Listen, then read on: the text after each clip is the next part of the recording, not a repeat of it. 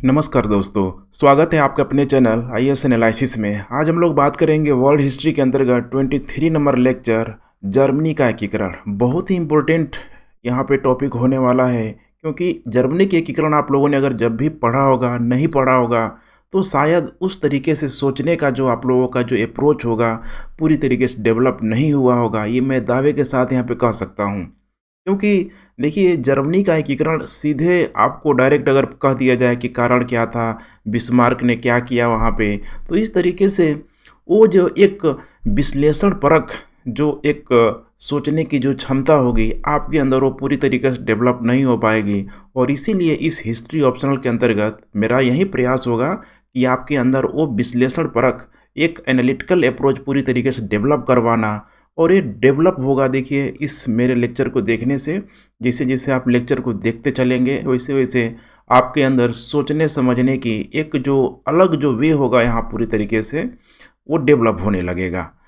जैसे कि अगर मैं कुछ यूपीएससी के विगत कुछ वर्षों की अगर पूछे गए प्रश्नों की अगर मैं बात करूं, आपको सुन के काफ़ी ऑड भी लगेगा कि बिस्मार्क जर्मनी का एकीकरण का विरोधी था, टिप्पणी कीजिए। जब इस तरह के जब प्रश्न आने लगेंगे तो आपको लगेगा कि ठीक है, अभी तो लग रहा होगा कि मैं प्रश्न ही में गलत बोल रहा हूँ, लेकिन ये यूपीएससी का पूछा गया प्रश्न है। और जब ऐसे प्रश्न आएंगे तो आपको रियल में, ठीक है, जब तक एक एनालिटिकल अप्रोच के द्वारा आप ऐसे टॉपिक को स्टडी नहीं करेंगे तब तक तो यूपीएससी में आप भूल ही जाए, आंसर राइटिंग कर ही नहीं सकते हैं। पीसीएस में कुछ कुछ यही मामला चल रहा है। इसीलिए इस टॉपिक को आप लोग ध्यान से देखिए, ठीक है, ध्यान से करिए। एक ही लेक्चर में पूरा का पूरा मैं टॉपिक यहाँ पे मैं कराऊंगा, जैसे कि पिछले क्लास में इटली का एकीकरण मैंने कराया हुआ था, क्योंकि पूरा का पूरा लिंक है, ठीक है। और बिस्मार्क, ठीक है, जनरली इसका नाम बहुत ही फेमस है और फेमस यहाँ पे रहना भी चाहिए। लेकिन इस बिस्मार्क तक पहुँचने के लिए आप देखेंगे कि आपके अंदर एक जो सोचने समझने की क्षमता होगी पूरी तरीके से यहाँ पे डेवलप हो जाएगी। खुद आप आगे, ठीक है, धीरे धीरे तय करते जाएंगे, करते पाएंगे यहाँ पे कि आखिर ये जर्मनी का एकीकरण हो रहा है तो कैसे हो रहा है। उन जर्मन क्षेत्रों के अंतर्गत, उन जर्मन क्षेत्रों में मौजूद, चाहे उदारवादी हो, चाहे वो, ठीक है, राष्ट्रवादी हो, किस तरीके से उनके अंदर का राष्ट्रवाद पूरी तरीके से, ठीक है, उफान ले रहा है। तो चलिए हम लोग क्लास को शुरू करते हैं। नए लोग हैं तो चैनल को सब्सक्राइब कर लीजिए। पीडीएफ के लिए टेलीग्राम ग्रुप को, ठीक है, ज्वाइन करना मत भूलिए। कोई भी क्यूरी है देखिए व्हाट्सएप करिए। आंसर राइटिंग की प्रक्रिया आप लोग जारी रखें, बीच बीच में बहुत सारे क्वेश्चन यहाँ पे आ रहा है। अब आइए हम लोग थोड़ा सा बात करते हैं इटली और जर्मनी के एकीकरण को देखने से पहले कि राष्ट्रवाद का रचनात्मक प्रभाव क्या हुआ था। इस चीज़ को मैंने थोड़ा, ठीक है, इटली का जब एकीकरण पढ़ा रहा था तो वहाँ पे भी मैंने मेंशन किया था कि किस तरीके से देखिए राष्ट्रवाद का जो रचनात्मक जो प्रभाव हमें पड़ता हुआ दिखाई दिया, वो इटली और जर्मनी के एकीकरण में बहुत ही इसका अहम रोल यहाँ पे रहा है। और ये जो राष्ट्रवाद को जगाने वाला और कहीं नहीं था, बल्कि उस नेपोलियन के द्वारा पूरी तरीके से इसको यहाँ पे सामने लाया गया, ठीक है। और लोगों के अंदर पूरी तरीके से एक राष्ट्रवाद, एक कल्चर, एक भूमि, एक इतिहास, कुछ इस टाइप का यहाँ पे मामला बनने लगा। और लोगों को लगा कि हम सब एक हैं, हमें एक छतरी के नीचे यहाँ पे आ जाना चाहिए। और इसी क्रम में देखेंगे तो इटली और जर्मनी का एकीकरण की प्रक्रिया शुरू होती है। इसीलिए यहाँ पे कहा जा रहा है कि 19वीं सदी का देखिए बहुत ही इम्पोर्टेंट घटना है, क्योंकि इटली का एकीकरण बहुत पहले भी यहाँ पे शुरू हो चुका था। लगभग 1948 के आसपास भी यहाँ पे शुरू हुआ था, उसके पहले भी हुआ था लेकिन फेल हुआ। जर्मनी का एक एकीकरण भी देखेंगे यहाँ पे, तो जर्मनी के लोगों ने प्रशा के सर पे ताज रखने का प्रयास किया, लेकिन उसके द्वारा भी ठुकरा दिया गया उस समय, ठीक है, जो प्रशा का शासक था। तो ऐसा नहीं था कि पहले प्रयास नहीं हुआ था, लेकिन ये सफल कब होता है? ये सफल होता है अंत में चल के 1870 के आसपास। तो सोचिए आखिर बीच में कुछ ना कुछ तो हुआ होगा। इसीलिए यहाँ पे कहा जा रहा है कि इटली और जो जर्मनी का जो एकीकरण है, ठीक है, लगभग अगर देखा जाए तो इटली का एकीकरण की प्रक्रिया लगभग 1850 के आसपास से शुरू हुआ। वही जर्मनी के एकीकरण आप देखेंगे तो 1860-62 के आसपास से यहाँ पे शुरू हुआ। लगभग एक दशक का दोनों के बीच यहाँ पे अंतर आपको नजर आएगा। लेकिन जो प्रोसेस की हम लोग बात करें, यहाँ पे प्रक्रिया की बात करें, तो जिस तरीके से इटली का एकीकरण हुआ, ठीक वैसे ही आप देखेंगे कि जर्मनी का भी यहाँ पे एकीकरण होते जाएगा। यहाँ पे इटली में अगर काबूल था, तो वैसे ही जर्मनी में यहाँ आपको बिस्मार्क यहाँ पे दिखाई देगा। लेकिन दोनों के अप्रोच में एक बहुत बड़ा आपको अंतर दिखाई देगा। एक है पूरी तरीके से अनुदारवादी, दूसरा है प्रतिक्रियावादी। इन सारे ही चीज़ों को आप लोग देखते चलेंगे। तो कुल मिला के दोनों के एकीकरण में यहाँ पे जुड़ाव भी होगा, और जब तक इस जर्मनी का पूरा एकीकरण यहाँ पे नहीं होगा, भले ही उस इटली का एकीकरण पहले शुरू हो चुका था, लेकिन अंततः उस इटली का एकीकरण भी पूरी तरीके से कंप्लीट होता है उस जर्मनी के एकीकरण के साथ ही। तो यही है कुछ बेसिक चीज़ें। अब आइए हम लोग यह देखने का प्रयास करते हैं कि ये प्रक्रिया आगे कैसे बढ़ती है। लेकिन इसको आगे बढ़ाने से पहले आपको इस राष्ट्रवाद को समझना पड़ेगा, इस उदारवाद को समझना पड़ेगा, जो पीछे मैंने बहुत ही एक घंटे का लेक्चर लिया हुआ था। उसमें मैंने यह समझाने का प्रयास किया था कि किस प्रकार से राष्ट्रवाद और उदारवाद एक ही सिक्के के दो पहलू हैं। एक ही वो व्यक्ति है, कोई अलग अलग व्यक्ति नहीं है कि कोई नेशनलिज्म है, एक कोई लिबरलिज्म है यहाँ पे। ठीक वैसे ही अगर जैसे भारत में कुछ आंतरिक समस्याएं अगर यहाँ पे आती है, अगर कुछ बाहरी समस्याएं भी हो, जैसे कि चाइना को लेके क्या बोलते हैं कि पाकिस्तान को लेके यहाँ पे हो, तो भारत का देखिए नेशनलिज्म, भारत के लोग, भारत के नेता पूरी तरीके से नेशनलिज्म की तरफ चीज़ों को बाहर मोड़ देते हैं। लेकिन वो वही समस्याएं अगर भारत के अंदर यहाँ पे अगर चल रही है कुछ इस टाइप का, तो अब नेशनलिज्म का कॉन्सेप्ट धीरे धीरे वहाँ चला जाता है। यहाँ पे जो अमीर लोग हैं, जो नेता लोग हैं, ये बहुत अधिक परिवर्तन के आकांक्षी नहीं होते हैं, अर्थात उनका डुअलिज्म चेहरा आता है, लिबरलिज्म का, उदारवाद का चेहरा आता है। और उदारवाद में आपको पता होना चाहिए कि परिवर्तन का दर तो होगा यहाँ पे, लेकिन वो धीरे धीरे होगा। लेकिन राष्ट्रवाद में परिवर्तन का जो दर होगा वो पूरी तरीके से आमूल चूक, बिल्कुल रेडिकल चेंज यहाँ पे आपको दिखाई देगा। इसको आपको भारत के स्वतंत्रता संग्राम में समझने की ज़रूरत है। जैसे कि भगत सिंह, चंद्रशेखर आज़ाद, सुभाष चंद्र बोस, ये सब राष्ट्रवादी कह सकते हैं कि क्रांतिकारी टाइप के जो लोग हुए हैं, पूरी तरीके से हर वो बुरी चीज़ को बदल दो, जो हमें परेशान करता है, जो तुम्हें परेशान करता है। तो कुछ इस टाइप का भाव है।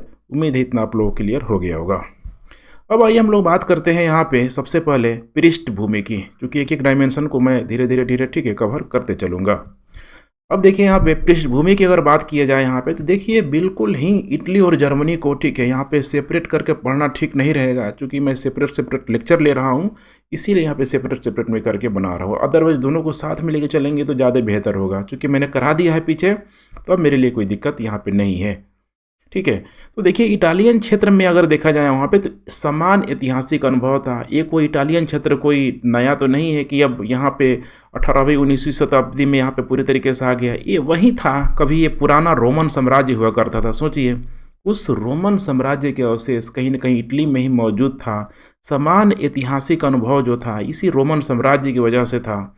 और यहाँ पे पुनर्जागरण की भी तो विरासत थी। जब यहाँ पे पुनर्जागरण का जब यहाँ पे दौर जब धीरे यहाँ पे चल पड़ा, तो देखिए किस तरीके से मुक्त व्यापार की मांग की भी यहाँ पे उठने लग गई धीरे। चर्च व्यवस्था पे, कुलीनों पे, सामंतों पे पूरी तरीके से यहाँ पे लगाम भी लगने लग गया था। धीरे लोग यहाँ पे जगने लग गए थे। तो ये कोई अलग क्षेत्र नहीं था, वहीं इटली का ही क्षेत्र था ये।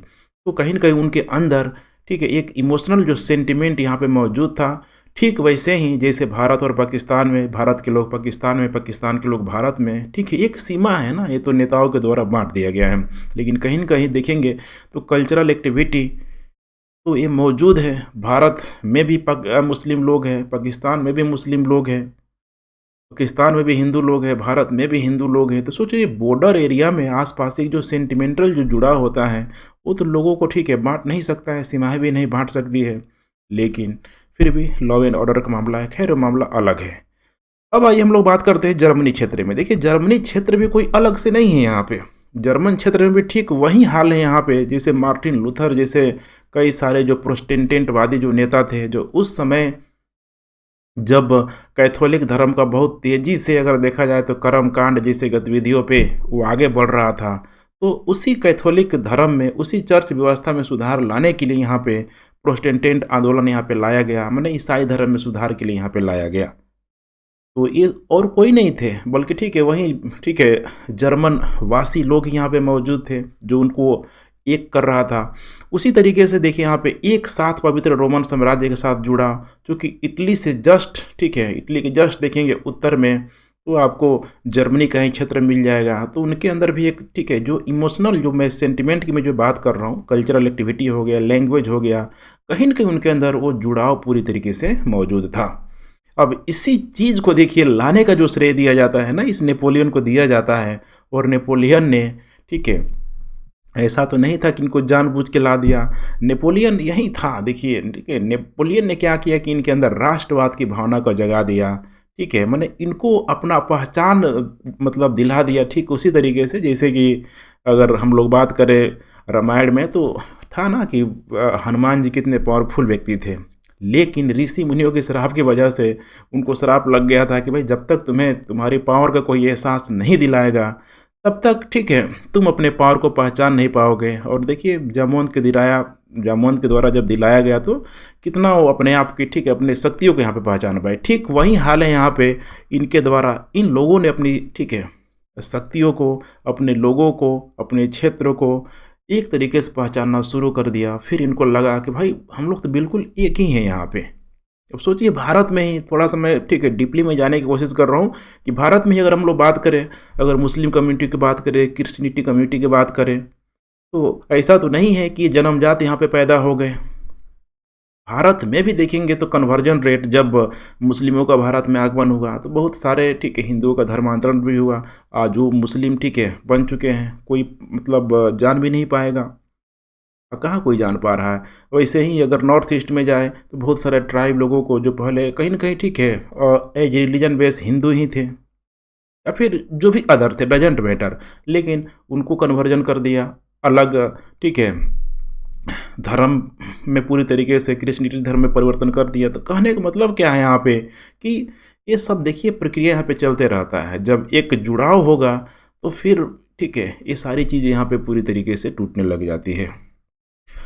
अब यहाँ पे देखिए हम लोग बात करते हैं बीना कांग्रेस की। देखिए बीना कांग्रेस ने क्या किया था, तो अब इसी इटली और जर्मनी में चूंकि अब नेपोलियन के पतन के पश्चात 1815 में जब नेपोलियन को ठीक है पूरी तरीके से यहाँ पे पतन हो गया, जब उसको एल्बा द्वीप में भेज गया तो इटली और जर्मनी के लोगों को तो भाई वो जगा दिया।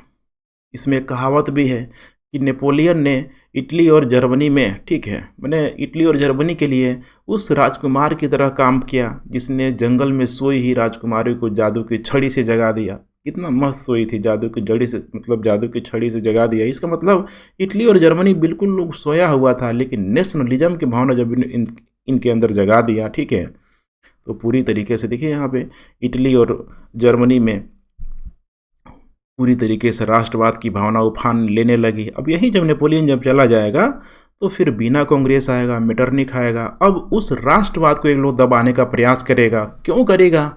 क्योंकि ऑस्ट्रिया में देखिए है और रूस में है, यहाँ पे यूरोप के दो ऐसे जो जियांट जो कंट्री जो एक हैब्सबर्ग साम्राज्य का प्रतिनिधित्व कर रहा है, एक जारशाही व्यवस्था का सूचक है, जिसके लोग अगर देखा जाए ना तो ये डिफरेंट कल्चर मतलब विभिन्न नस्ल समूह के यहाँ पे लोग हैं, विभिन्न भाषी के लोग हैं।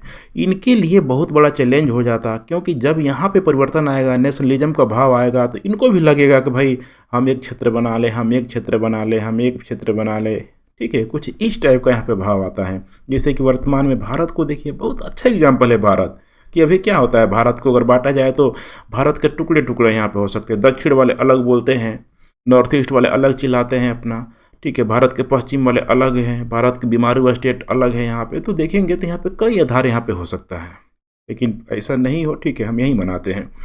तो राष्ट्रवाद को यहाँ पे दबाने के लिए यहाँ पे इनको भाई हुआ कि भाई इनको विभाजित ही कर दो, इनको ख़त्म ही कर दो, ना रहेगी बांस ना बजेगी बांसुरी।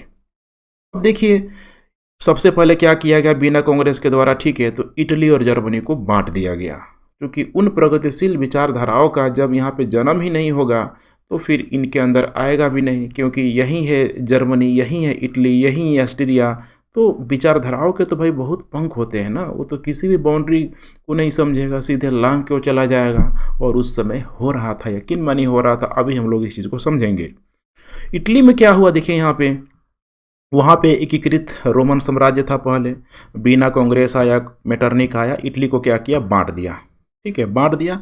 1817 में पूरी तरीके से इटली का एकीकरण हो पाया। तो हमारा मसला यहाँ पे इटली नहीं है, ठीक है। हम लोग यहाँ पे देखेंगे जर्मनी को। देखिए जर्मनी के साथ भी वही हुआ, जर्मनी को भी क्या किया गया, तो 39 राज्यों में यहाँ पे बांट दिया गया। और बांटने वाला और कोई नहीं था बल्कि वही बीना कांग्रेस था, ध्यान रखिएगा, ठीक है। वही बीना कांग्रेस, वही कंसर्ट ऑफ, ठीक है, यूरोप था यहाँ पे मौजूद था। और यहीं पे चूंकि ऑस्ट्रिया है, यहाँ पे मैप आप देख पा रहे हैं, इस यहाँ पे ये जो मैप है ना, उस समय ऑस्ट्रिया देखिए यहीं हैब्सबर्ग साम्राज्य का प्रतिनिधित्व करने वाला इतना बड़ा उस समय यूरोप में इसका मतलब साम्राज्य था कि मैं बता नहीं सकता हूँ। देख पा रहे हैं आप इसकी भौगोलिक स्थिति को ही आप देखिए। ऑस्ट्रिया ने पूरी तरीके से, ठीक है, इस पे अपना कंट्रोल जमाना यहाँ पे शुरू कर दिया। खासकर जब 39 राज्यों में देख पा रहे हैं ना, ये ऑस्ट्रिया के बाद से ए है प्रसा का एरिया, ध्यान से देखते चलिए, ए है प्रसा, ठीक है, सॉरी, ये है प्रसा का एरिया। और ये जो बाकी जो बचा हुआ है ना, ये है देखिए फ्रांस। और बाकी ये जो है जिसको दक्षिणी जर्मनी एरिया जिसको बोला जाता था, इन्हीं एरिया को लगभग 39 राज्यों में बिना कांग्रेस के द्वारा बांट दिया गया। और उस ऑस्ट्रिया को बोला गया कि देखो अब इस जर्मनी का संरक्षक तुम ही रहो। अर्थात जर्मनी का बहुत सारा क्षेत्र अगर देखा जाए तो ऑस्ट्रिया का अंडर कंट्रोल में आ गया। ऑस्ट्रिया ने एक वहाँ फ्रैंकफर्ट नामक जगह पे वहाँ पे संसद बना दिया कि भाई आओ तुम लोग यहीं पे, तुमको लोग मिलजुल के पंचायती करना है, जो भी करना है, ठीक है, यहीं पे करना है। और अपना वहाँ बॉडीगार्ड लगा दिया कि देखो जो भी प्रगतिशीलता वाली बात करेंगी इनको दबा देना है, ठीक है, इनको मार गिराना है, एक संरक्षक के रूप में। समझिए ये किस तरीके से एक डर के साए में जर्मनी के लोग यहाँ पे जी रहे थे। इनका तो दम घुटना तय था, कैसे इतने लंबे समय तक ये लोग रहेंगे किसी के अधीन होके। इसीलिए देखेंगे तो जर्मनी में ही धीरे धीरे जो भी राष्ट्रवादी लोग थे, जो भी उदारवादी लोग थे, उनके अंदर ये उफान मार रहा था कि कब हम इस ऑस्ट्रियाई क्षेत्र से हम लोग पूरी तरीके से मुक्त हो जाए। अब यही आप देख पा रहे हैं 1871 तक आते आते देख पा रहे हैं ना, 1871 का जो मैप है यही है जो जर्मनी का, इधर था जर्मनी और इधर था प्रसा। अब इसी प्रसा के नेतृत्व में, अब यही प्रसा में एक बहुत बड़ा जो चांसलर आएगा प्रधानमंत्री के रूप में, बिस्मार्क आएगा। उसी बिस्मार्क के नेतृत्व में पूरी तरीके से जर्मनी का यहाँ पे प्रासाकरण हो जाएगा। अर्थात पूरी तरीके से जर्मनी का एकीकरण हो जाएगा। और जब जर्मनी के एकीकरण होगा तो यूरोप में बहुत ही बड़े एरिया पे ये कवर करने वाला यहाँ पे कंट्री हो जाएगा। पूरी तरीके से सत्ता का माने शक्ति का संतुलन यहाँ पे बिगड़ने लग जाएगा। फ्रांस टेंशन में आ जाएगा, उधर इंग्लैंड टेंशन में आ जाएगा, ध्यान रखिए, ठीक है। और ये सब कब हो रहा है, और ये सब तभी संभव है जब यहाँ पे ऑस्ट्रिया को पराजित किया जाए। इसके जर्मनी के दक्षिण क्षेत्रों में अगर देखा जाए इधर, तो इधर फ्रांस था, कुछ भाग यहाँ पे फ्रांस के क्षेत्रों में भी था, फ्रांस को पराजित किया जाए। तो सोचिए अब उस पूरी की पूरी जर्मनी के एकीकरण करने के लिए ऑस्ट्रिया और फ्रांस जैसे देशों को हराना जरूरी था, क्योंकि इस जर्मनी का प्रभाव, इस जर्मनी क्षेत्रों का प्रभाव वहाँ पे सबसे अधिक हुआ करता था, जो किसी भी कीमत पे, ठीक है, किसी भी कीमत पे उसको, ठीक है, देने के लिए लोग तैयार नहीं होते। लेकिन यही है, अब यहीं पे तो अब धीरे धीरे बिस्मार्क का रोल यहाँ पे बढ़ेगा। लेकिन आइए हम लोग अभी बात करते हैं कुछ और चीज़ों की, ताकि थोड़ा सा चीज़ों का आप लोग और अच्छे तरीके से समझ पाए, सोच पाए। अब हमारा पृष्ठभूमि यहाँ पे देखिए खत्म हो गया यहाँ पे। अब बात करते हैं बाधक तत्वों की। आखिर ऐसी कौन कौन सी बाधाएं थी जो जर्मनी का एकीकरण को रोक रही थी।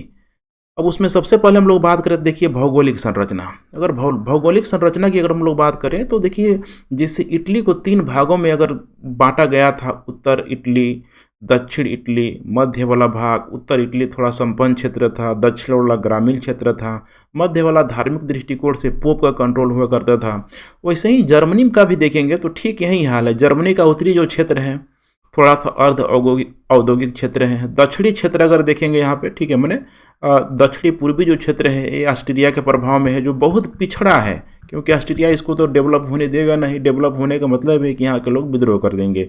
ये थोड़ा सा बच जाएगा। दक्षिणी पश्चिमी क्षेत्र यहाँ पे देखेंगे तो फ्रांस का अच्छा खासा प्रभाव था, ठीक है। यही जो क्षेत्र था राइनलैंड का क्षेत्र था, ध्यान से देखते चलिए यहाँ पे। और ये लगभग 39 क्षेत्रों में बटा हुआ था। और इन 39 क्षेत्रों का मतलब है यहाँ पे कि शासक भी तो होंगे। यहाँ पे 39 यहाँ पे शासक भी मौजूद होंगे, बिल्कुल यहाँ पे मौजूद थे। क्या ये शासक किसी भी कीमत पे इन क्षेत्रों को बंटने देगा? सोचिए, थोड़ा एग्जाम्पल से कोरिलेट करिए भारत को कि भारत का जब ठीक है देशी रियासतों का जब एकीकरण हो रहा था सरदार पटेल के नेतृत्व में, तो पटेल ने कितना समझिए कि 560 से अधिक देशी रियासतें थी, क्या वो मिलने के लिए तैयार थे?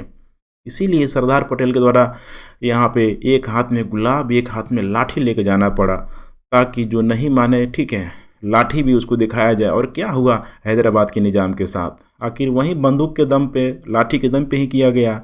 तो इसीलिए इतना आसान नहीं था। इस चीज़ को ध्यान रखिए, कोई भी शासक अपने अधिकारों को कभी छोड़ना यहाँ पे नहीं जाएगा।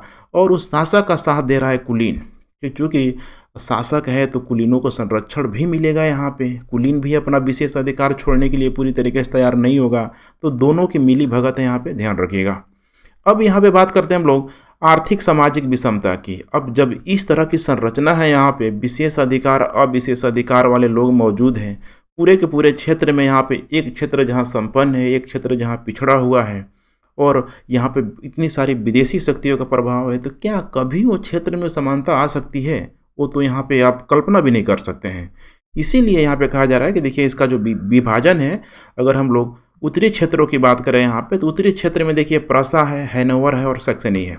इसका थोड़ा सा आप लोग ठीक है ये थोड़ा सा मैप आप देख लीजिए। यहाँ पे यही है ऊपर का जो क्षेत्र है, एक्चुअली मैंने ठीक है ये थोड़ा सा मैप में देखिए, ठीक है ए हो जाएगा, ए हो जाएगा यहाँ पे, देख पा रहे हैं यहाँ पे, ठीक है हैनोवर है, ठीक है ए है यहाँ पे सैक्सनी का क्षेत्र हो जाएगा। तो थोड़ा सा आप लोग ध्यान दीजिएगा, क्योंकि मैंने मैप लगाया हुआ था, मैप लगता है कहीं गायब हो गया है, ठीक है। तो प्रसा का क्षेत्र ऊपर में, हैनोवर सैक्सनी का क्षेत्र सबसे नीचे देखेंगे ना, तो बावेरिया है, इधर प्लेटिनेट है। थोड़ा सा मैप में इसे आप देख लीजिए, ठीक है ये है इधर बावेरिया, थोड़ा इसे मैं हटाता हूँ, ये है बावेरिया, ठीक है इसी के आसपास प्लेटिनेट मिल जाएगा। और ये जो क्षेत्र है इधर वाला, ये जो क्षेत्र है यहाँ पे राइनलैंड का क्षेत्र है। ध्यान से देखते चलिए, ये हो गया प्रसा, ये हो जाएगा हैनोवर, इधर सैक्सनी, इधर बावेरिया प्लेटिनेट का क्षेत्र है, और ये हो जाएगा यहाँ पे इधर राइनलैंड का क्षेत्र। अब देखिए यहाँ पे हो क्या रहा है। अब चूंकि उत्तर का क्षेत्र देखिए तीन तीन भागों में बटा हुआ है, मध्य में राइनलैंड यहाँ पे मौजूद है जिसकी सीमा फ्रांस की तरफ मिल रही है। उसी तरीके से दक्षिण में बावेरिया और प्लेटिनेट है। कुल मिला के अगर प्रसा को छोड़ दिया जाए, तो प्रसा को छोड़ के बाकी सारे क्षेत्रों पर देखा जाए ना, तो ऑस्ट्रिया का ठीक ठाक प्रभाव था, और इसमें राइनलैंड में फ्रांस का अच्छा खासा यहाँ पे प्रभाव था, ध्यान रखिएगा, ठीक है। तो अब सोचिए, अब आपस में जर्मन वासियों को मिलाना अपने आप में एक बहुत बड़ा चैलेंज था, क्योंकि जब तक जर्मन वासी आपस में नहीं मिलते, तब तक उनके अंदर वो राष्ट्रवाद की भावना वो जागृत नहीं होती। अगर उन जर्मन वासियों के अंदर राष्ट्रवाद की भावना जग भी रही है, तो उन विदेशियों को हटाए बिना, ऑस्ट्रिया और फ्रांस जैसे विदेशी प्रभुत्व को हटाए बिना, तो जर्मनी के एकीकरण तो पूरी तरीके से संभव नहीं था। अब यही चैलेंजिंग काम था कि जर्मनी खुद से काम नहीं कर पा रहा था। सोचिए कैसे करेगा ये, एक तो 39 क्षेत्रों में यहाँ पे बटा हुआ है। अब इसको ठीक है मदद की ज़रूरत थी, और मदद इसका ठीक है दो तरीके से हो सकता था। एक तो अब भाई अपने लोगों से ही कह दे कि भाई 39 राज्य को उखाड़ फेंकना है, आओ भाई निम्न वर्ग, ठीक है भीड़ आओ और इनको उखाड़ के फेंक दो। वो तो आता 39 क्षेत्रों में एक झटके में उखाड़ के ठीक है वहाँ पे गणतंत्र ला देता। लेकिन इससे समस्या किससे थी? इससे समस्या थी उन उदारवादियों को जो चाहते थे कि आम के आम ठीक है गुठलियों के दाम, माने सांप भी मर जाए लाठी नहीं टूटे। अर्थात इन क्षेत्रों में हमारा पूरी तरीके से कंट्रोल भी हो जाए और उन निम्न वर्गों को पूरी तरीके से अधिकार भी ना देना पड़े, तभी तो उनका अस्तित्व कायम रहेगा, तभी तो मिडिल क्लास यहाँ पे चल पाएगा। तो इसीलिए पहले इन राष्ट्रवादियों के द्वारा प्रयास किया गया, वो लोग फेल हो गया। उदारवादियों के द्वारा भी यह ठीक है प्रयास करने का ठीक है भरसक कोशिश किया गया, वो भी लोग फेल हो गया। इसीलिए अब धीरे धीरे देखेंगे कि अब ये लोग चाहेंगे कि कोई ऐसी शक्ति हमें मिल जाए, ध्यान से सुनिए, कोई ऐसी शक्ति हमें मिल जाए जो हमारे अधिकार को भी थोड़ा मेंटेन करवा दे, बाहर से ठीक है इन विदेशियों को भी खदेड़वा दें। तो अब इनका ध्यान धीरे धीरे प्रासा की तरफ जाने लगा, लेकिन अभी इतनी आसानी से नहीं जाएगा, अभी बहुत सारा पेच है, ध्यान से देखते चलिए। नेक्स्ट बाधक तत्वों में है यहाँ पे वेस्टफेलिया की संधि। ये भी बहुत बड़ा रोल प्ले कर रहा है, क्योंकि देखिए जर्मनी को पूरा का पूरा यूनाइट करने का मतलब था कि जर्मनी एक जियांट कंट्री के रूप में हो जाती है, और इतना बड़ा जब जियांट हो जाएगा तो वेस्टफेलिया की संधि में तो बोला गया था कि किसी भी ठीक है कंट्री को इतना मजबूत होने नहीं देना है। यहाँ पे ध्यान से देखिए, सत्ता का संतुलन किसी भी कीमत पे बिगड़ना नहीं चाहिए, क्योंकि नेपोलियन ने सत्ता का संतुलन पूरी तरीके से बिगाड़ दिया था। इसीलिए ये जर्मनी में पूरी तरीके से प्रेशर था यहाँ पे कि हर हाल में इसका बंटना तय है। अगर ठीक है ये एक होगा तो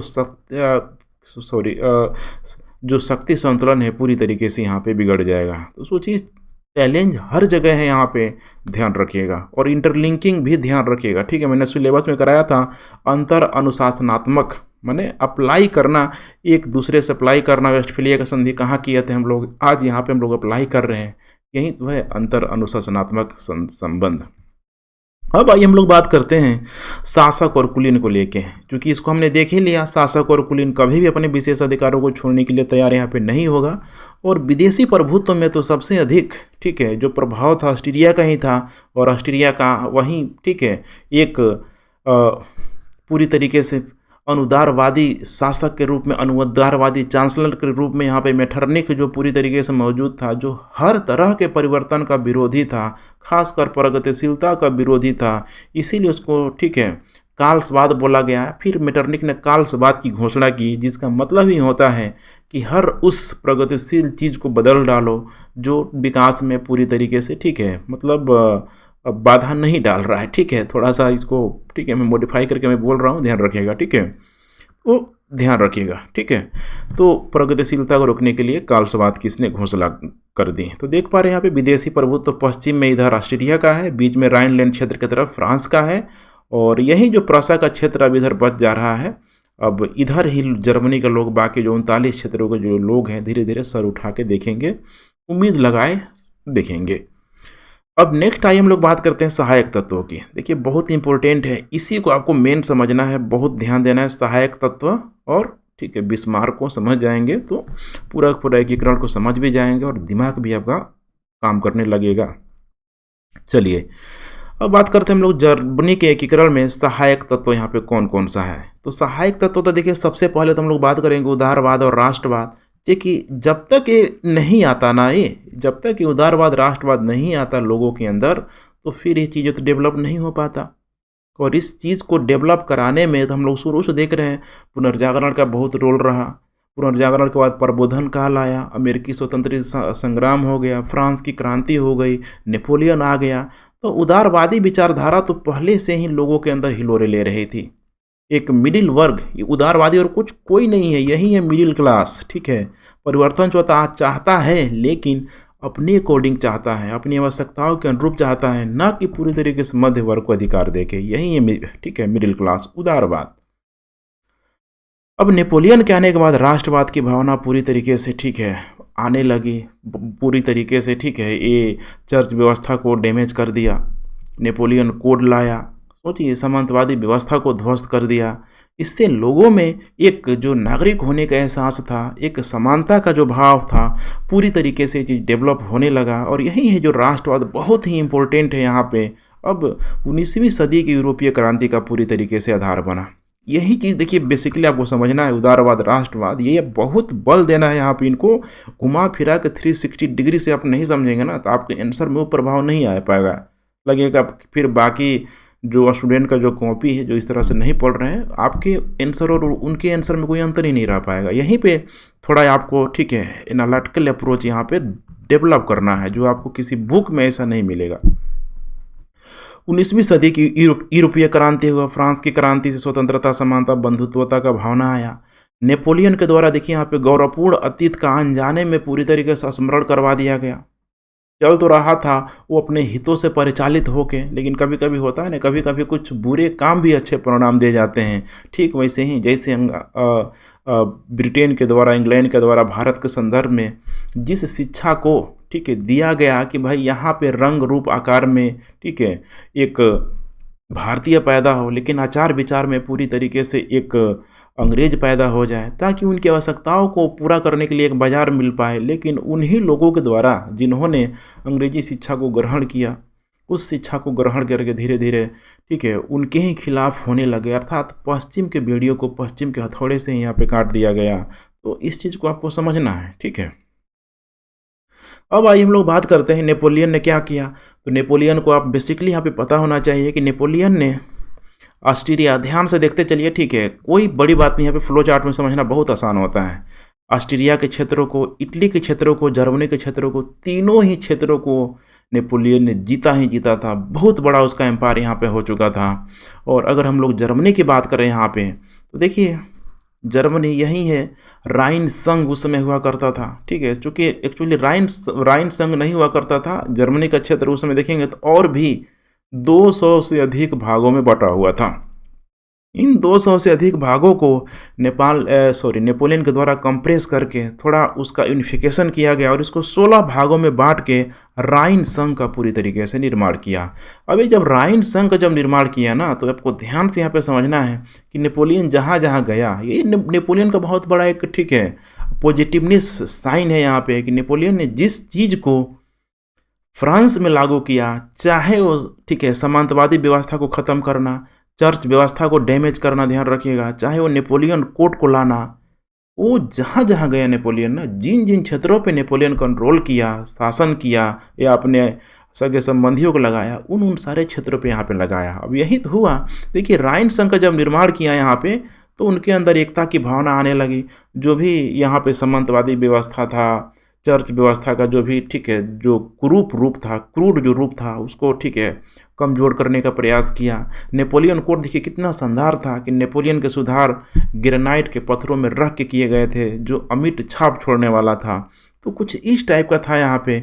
एकता की भावना इनके अंदर जगने लगी। आर्थिक गतिविधियों को भी इनके अंदर, ठीक है, पूरी तरीके से बढ़ाने का श्रेय नेपोलियन को ही दिया जाता है। कुछ व्यापारिक गतिविधियों के माध्यम से एक दूसरे से ये लोग कनेक्ट होते चले गए और फाइनली जब नेपोलियन के द्वारा ही, देखिए, इतना सारा चीज़ दिया, ये अच्छी अच्छी चीज़ों को नेपोलियन ने दिया, फिर नेपोलियन ने ही इनको एज उपनिवेश, एज ए कॉलोनी की तरह जब ट्रीट करने लगा, तो फिर तो उनको समस्याएं होगी ही होगी, समझिए। अब जब समस्याएं होगी तो संघर्ष भी करेंगे यहाँ पे। और इसीलिए यहाँ पे आप देखेंगे तो जब नेपोलियन को अंतिम रूप में 1814-15 में जब पराजित जब कर दिया गया, तो इनके अंदर, इन राइन संघ के जो लोग थे यहाँ पे, इनके अंदर भी एक एकता की भावना जगने लगी कि भाई, ये अपना श्रेय देने लगे कि देखो हमने एक, ठीक है, बेकार व्यक्ति को हमने भगा दिया, खदेड़ दिया। और इसी समय थिंक टैंकर विचारकों ने बड़ा इम्पोर्टेंट रोल प्ले किया, ठीक है। अब देखिए यहाँ पे विचारकों ने यहाँ पे, ठीक है, क्या कह रहा है, दार्शनिकों की भूमिका इसमें हीगेल आया। ये वही हीगेल है जिसके विचार को, ठीक है, जिसके विचार पूरी तरीके से सिंह के उल्टा खड़ा हुआ था, जिसको मार्क्स ने, ठीक है, अपने विचारों के माध्यम से उसको सीधा कर दिया, ठीक है। उसमें परिवर्तन किया, हम लोग देखेंगे हीगेल के विचारों को। ये वही हीगेल है, इसने बोला राज्य की सर्वोच्चता का सिद्धांत दिया कि राज्य हर हाल में होना ही होना चाहिए, विदाउट राज्य कुछ ही नहीं है यहाँ पे। जॉन फिक्टे आया, इसने भी बोला कि देखो राष्ट्र के बिना राज्य बिल्कुल एक कृत्रिम संरचना है, कुछ है ही नहीं, और राज्य के बिना राष्ट्र एक बिल्कुल आकारहीन भूत है जिसका कोई रूप ही नहीं है। तो भाई हम कैसे खुश रह सकते हैं? अभी तो हमें वो चीज़ मिला ही नहीं है, हमें वो चीज़ चाहिए। उसी तरीके से हर्डर आएगा, बोलेगा व्यक्ति की जिस तरह से आत्मा होती है ना, वैसे ही आत्मा राष्ट्र की आत्मा होती है। और राष्ट्र की आत्मा का मतलब कि ये राष्ट्र की आत्मा तभी रहेगी, ठीक है, जब यहाँ पे राज्य रहेगा। और हमारे पास वही राज्य नहीं है, इसका मतलब कि राष्ट्रवाद की भावना को जगा के हमें उस राज्य को लेना पड़ेगा पूरे के पूरे, ठीक है। जर्मनी की एकीकरण की लोग बात कर रहे हैं। अब सोचिए अंदर से एक ऐसा तूफान जर्मनी वासियों के अंदर आने लगा। इन दार्शनिकों ने, देखिए कितना दार्शनिक यही है ना, हवा भरने का बहुत काम करते हैं, ध्यान रखिएगा, ठीक है। पूरी तरीके से लोगों को मोटिवेट करते हैं। जैसे आज वर्तमान में, ठीक है, बहुत सारे मोटिवेशनल स्पीकर आ गए हैं, सुनने के बाद ऐसा लगेगा कि भाई इस बार तो मतलब फाइनल है, एकदम लाल बत्ती आईएएस बनना फाइनल है, ठीक है। लेकिन देखिए 2-4 दिन 10 दिन मेहनत करने के बाद लोगों को लगता है कि धीरे धीरे डाउन हो जाते हैं। तो आपको डाउन नहीं होना है, ठीक है, अपने अंदर एकदम पूरी तरीके से अपने आप को मोटिवेट करते रहना है, ठीक है। चलिए अब यहाँ पे दूसरा, अगर नेपोलियन की बात करें तो इसने क्या किया था, महाद्वीपीय व्यवस्था को भी लाया हुआ था। उस महाद्वीपीय व्यवस्था में आपको पता है कि पूरी तरीके से इंग्लैंड को अलग थलग करना था, लेकिन उस महाद्वीपीय व्यवस्था से क्या हुआ, तो कुछ बुरे कर्म भी कभी कभी अच्छा परिणाम दे जाते हैं। उससे क्या हुआ देखिए, महाद्वीपीय व्यवस्था में नेपोलियन के द्वारा बोला गया कि यूरोप का कोई भी ऐसा देश पूरी तरीके से इंग्लैंड से ब्रिटेन से व्यापार नहीं करेगा। और इससे क्या हुआ कि जर्मनी में वस्तुओं की कमी हो गई। और जब जर्मनी में वस्तुओं की जब कमी हो गई तो सेल्फ मोटिवेटेड होने लगे। वहीं पे लघु उद्योग, कुटीर उद्योग जैसे चीज़ों का निर्माण यहाँ पे होने लगा, उद्योगों पर बल दिया जाने लगा। और वहाँ पे देखेंगे ना, तो एक पूंजीपति वर्ग का धीरे धीरे उदय आया, माने उदय होने लगा। और पूंजीपति वर्ग ध्यान रखिएगा, बहुत ही लालची, बहुत ही ग्रीडी वर्ग होता है। कितना भी होता है ना, आप लोगों ने वो डायलॉग सुना होगा, कितना भी खा ले, ठीक है, पेट भरता ही नहीं है इसका। वही हाल है, वही पूंजीपति वर्ग है। आज ये 100 रुपया कमाएंगे, दूसरे दिन सोचेंगे हम कब 1000 कमा ले, फिर ये सोचेंगे कब लाख करोड़ अरबों रुपए कमा ले। तो इनका पेट कभी भरता ही नहीं है, ठीक है, कितना भी खा ले भूखा ही रहेगा है। तो ये वही है, पूंजीपति वर्ग का उदय हो गया। अब देखिए कैसे रोल प्ले कर रहा है ये पूंजीपति वर्ग, पूरी तरीके से उदारवादी विचारधारा के, ठीक है, मान को चल रहा है, परिवर्तन चाह रहा है, लेकिन अपने हित में चाह रहा है, निम्न वर्गों का अधिकार नहीं देना चाहता है, ठीक है, राजतंत्र को खत्म करके अपने स्टेबलाइज होना चाहता है, या फिर राजतंत्र के साथ कंधे से कंधे मिला के चलना चाहता है। बड़ा इंपॉर्टेंट रोल है। इसी संदर्भ में देखिए एक कोटेशन आ ही गया जो मैं 2 दिनों से बोल रहा था इसको, कि नेपोलियन ने उन क्षेत्रों के प्रति उस राजकुमार की तरह काम किया। अब इन क्षेत्रों के प्रति मतलब क्या है, इटली भी है, जर्मनी भी है। उस राजकुमार की तरह कार्य किया जिसने जंगल में सोई ही राजकुमारी को जादू की छड़ी से जगा दिया। टिप्पणी कीजिए, करना है, ठीक है, आप लोगों को, ठीक है, लिखना है, इसका आंसर राइटिंग करके मुझे टेलीग्राम में, व्हाट्सएप में भेजिए, ठीक है। जब तक अपना हाथ अपना पेन नहीं चलाएंगे, आपका पेपर है, थोड़ा, ठीक है, काम कीजिए, वर्क कीजिए, अदरवाइज फिर सिर्फ सुनने से कुछ नहीं मिलेगा। अब आइए बात करते हैं हम लोग आर्थिक औद्योगिक कारक, बड़ा ही इंपॉर्टेंट फैक्टर है। और यहाँ पे अगर मैं आप लोगों को बताऊँ तो यहाँ से थोड़ा समझना आप स्टार्ट कीजिए। वैसे तो समझ रहे हैं, लेकिन थोड़ा यहाँ पे आपको दिमाग में जोड़ देना पड़ेगा, ठीक है। इसके लिए मैं एक एग्जाम्पल आपको दे रहा हूँ, ठीक है, ठीक है। और वो एग्जाम्पल यही है, अरेंज मैरिज और लव मैरिज का यहाँ पे एग्जाम्पल है, ठीक है। क्योंकि सुने ही होंगे आप लोगों ने, ठीक है, अगर एक दुल्हन है, ठीक है, दुल्हन वही है जो पिया मन भाए, लेकिन इसका उल्टा भी हो सकता है, पिया वही है जो दुल्हन मन भाए। आपको यहाँ पे समझना है, इसका अप्लाई करना है।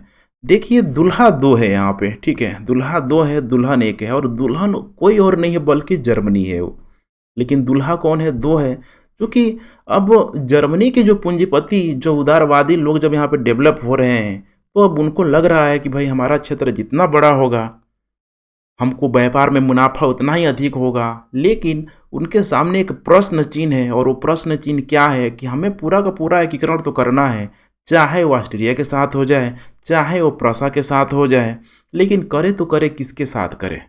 अब यहाँ आपको समझना है कि एकीकरण की भावना जब इनके अंदर जग रही है, तो ये कन्फ्यूज है कि प्रूसिया के साथ जाए कि ऑस्ट्रिया के साथ जाए। अब उत्तर जर्मनी वालों को लग रहा था कि भाई हम प्रूसिया के साथ चले जाएं, दक्षिण जर्मनी वालों को लगेगा कि चलो भाई हमारे नज़दीक है, हम इसी के साथ चले जाएं। लेकिन यही तो चैलेंजिंग फेज था कि चुने तो किसको चुने, क्योंकि ये जाएगा तो पूरा ही जाएगा, जाएगा तो पूरा जर्मनी ही जाएगा। ये बहुत बड़ी समस्या के क्या बना, कारण बना। और अगर आप यहाँ पे थोड़ा बहुत भी अगर आपको मैप का अगर नॉलेज है, ठीक है, मैप मैंने लगाया था, लगता है गायब हो गया, ठीक है, मैं आपको थोड़ा समझाने की कोशिश करता हूँ, ठीक है। देखिए इस मैप को भी बस ध्यान से देखिए, ठीक है। ये है, मान के चलिए कि ऑस्ट्रियाई क्षेत्र है, ये है प्रूसिया का क्षेत्र है, यहाँ पे ध्यान से देखते चलिए, ठीक है। और ये हो जाएगा पूरा का पूरा, ये जर्मनी का क्षेत्र हो जाएगा। अब इसको लग रहा है कि हम प्रूसिया के साथ जाएं या हम ऑस्ट्रिया के साथ जाएं, दोनों में चैलेंज है ना यहाँ पे। अब दक्षिण वाले लोग हैं, इनको लग रहा है कि भाई हमको ऑस्ट्रिया के साथ मिल जाना चाहिए, उत्तर वालों को लग रहा है कि हमें प्रूसिया के साथ यहाँ पे मिल जाना चाहिए। लेकिन ऐसे अगर मिल जाएंगे तो जर्मनी का तो डिवीजन हो जाएगा, बट जाएगा। क्या एकीकरण का मार्ग कभी पूरा हो पाएगा? या तो ऑस्ट्रियाकरण हो जाएगा या तो प्रूसियाकरण हो जाएगा। जाना था एक ही डायरेक्शन में। और यहाँ पे अगर व्यवहारिक दृष्टिकोण से देखा जाए तो ये बहुत बड़ा है। जो बावेरिया का जो इलाका था, यहाँ पे ध्यान देते रहिए, ठीक है, ये जो बावेरिया का प्लेटनेट का इलाका था, यहाँ पे जो रहने वाले जो लोग थे ना, यहाँ पे यहाँ की जो जनसंख्या थी, यहाँ पे दक्षिणी जर्मनी की जो जनसंख्या थी या फिर उत्तर जर्मनी तक अगर देखा जाए तो वहाँ पे बड़ी मात्रा में यहाँ पे जर्मनी लोग मौजूद थे, मगियार लोग मौजूद थे, स्लाव जनजाति लोग यहाँ पे मौजूद थे। और ये आपको ये भी पता होना चाहिए कि ऑस्ट्रिया में भी अगर देखा जाए ना तो ऑस्ट्रिया में बहुत बड़ी मात्रा में जर्मनी वाले लोग यहाँ पे जर्मन लोग यहाँ पे मौजूद हैं। तो अगर व्यवहारिक दृष्टि से देखा जाए तो इनका मिलना था ऑस्ट्रियाकरण में, इनका होना था ऑस्ट्रियाकरण। लेकिन जर्मनी के लोग बड़े होशियार, उनको लग रहा है कि देखो प्रासा में धुआं अधिक फेंक रहा है, औद्योगिकरण वहाँ पे हो रहा है। ध्यान देखिए, की पॉइंट है यहाँ पे, की पॉइंट ध्यान रखिएगा कि औद्योगिकरण अधिक हो रहा है। और पीछे मैंने आपको जस्ट अभी बताया था कि उन जर्मन क्षेत्रों में किस तरीके से जब महाद्वीपीय व्यवस्था लगा तो वहाँ पे एक पूंजीपति वर्ग का उदय हो गया है। और पूंजीपति वर्ग क्या कुछ समझता है? Doesn't matter. पूंजीपति वर्ग को कोई मतलब नहीं है तुम किस धर्म, जाति, भाषा, भाषी से, उसको एक ही चीज़ से मतलब है और वो है व्यापारिक मुनाफा। समझ पा रहे हैं? अब यही जो औद्योगिकरण था, ये औद्योगिकरण बिना कोयला और लोहा का संपन्न होने वाला नहीं था। और कोयला और लोहा के मामले में देखा जाए तो प्रसा का कोई जोड़ नहीं था इतना बड़ा वहाँ पे, ठीक है। ये जो एरिया है रूर का इलाका आज भी कितना फेमस है, सोचिए। जियोग्राफी आप लोगों ने पढ़ा होगा, रूर का इलाका है, राइनलैंड, ठीक है, फ्रांस में एल्सेस लॉरेन का क्षेत्र, ये सब लोहा कोयला के लिए बहुत ही फेमस है। आज भी इसका इम्पोर्टेंस कम नहीं है। प्रसा में लोहा कोयला यहाँ पे काफ़ी ही बड़ी मात्रा में यहाँ पे मौजूद था। और उस लोहा कोयला की वजह से, चूँकि अब वहाँ पे कारखाना है, उनका धुआं तो फेंकेगा ही फेंकेगा। हर तरह का मशीनीकरण, हर तरह का औद्योगिकरण जो पूरी तरीके से वहाँ पे बिल्ट हो रहा था, डेवलप हो रहा था। और इस चीज़ को देख के यहाँ पे जर्मनी में मौजूद जो लोग हैं मंद मंद, ठीक है, मुस्कुरा रहे हैं कि देखो जाएंगे नहीं ऑस्ट्रिया के साथ। ऑस्ट्रिया पुरातन व्यवस्था, यहाँ पे पुराना विचारा से, ठीक है, मैंने पुरान विचार से लोग ग्रसित, हैसबर्ग साम्राज्य के लोग, वहीं राजतंत्र व्यवस्था, वहीं कुलीनवादी व्यवस्था, वहीं चर्च व्यवस्था। यहाँ जाने समय मिलेगा क्या हमको? तो भाई उससे अच्छा है कि हम यहीं रह लें। लेकिन प्रसा राजतंत्र होते हुए भी वो औद्योगिकरण से जुट गया। ये प्रसा की सबसे बड़ी खासियत थी। और जर्मनी वाले भी अब प्रसा की तरफ लार टपकाने लगे कि काश अगर हम उस पर जाके मिल जाएं तो हमको बहुत फ़ायदा होगा। देखिए आगे चल के जर्मनी में 1830-40 में रेलवे का विकास होने लगा। और रेलवे का विकास उसी मध्य वर्ग की वजह से, उन्हीं उदारवादियों की वजह से हो रहा है।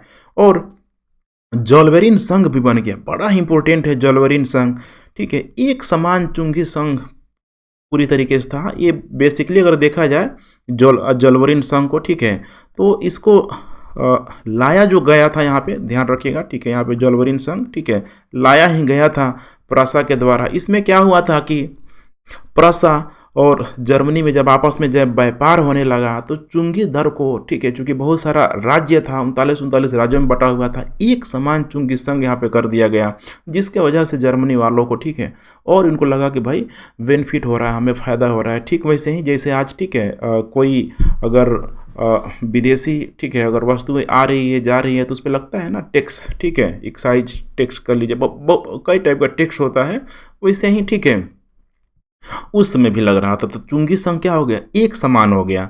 अभी इसको मैं और समझाऊंगा, थोड़ा सा आने दीजिए। अब देखिए कोयला और लोहा था ही यहाँ पे प्रसा में, और इसी कोयला और लोहा को बिस्मार्क ने ज़बरदस्त तरीके से यूज किया, ठीक है, रक्त और लौह की नीति के माध्यम से जर्मनी का एकीकरण करने का प्रयास किया। दूसरा है यहाँ पे आर्थिक औद्योगिक कारक, ठीक है, वही चीज़ें यहाँ पे देख पा रहे हैं।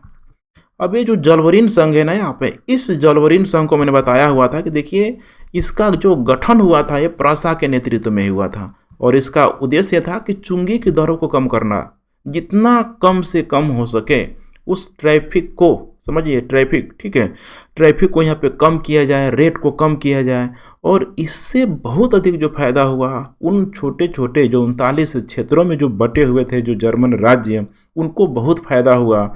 और इनका व्यापार अब प्रसा से और जर्मनी, माने जर्मन तो खुद ही लोग हैं, इनका व्यापार प्रसा से जब जुट गया, वहीं जब जहाँ पे धुआं अधिक फेंक रहा था तो आर्थिक एकीकरण का मार्ग यहाँ पे पूरी तरीके से प्रशस्त होने लगा। अब इनको अंदर और मोटिवेशन मिल रहा है कि देखो प्रसाकरण में प्रसा में ये है, रेलवे चल रहा है और औद्योगिकरण का दौर वहाँ पे चल रहा है और सही में प्रसा बहुत तेज़ी से यहाँ पे आगे जा रहा था।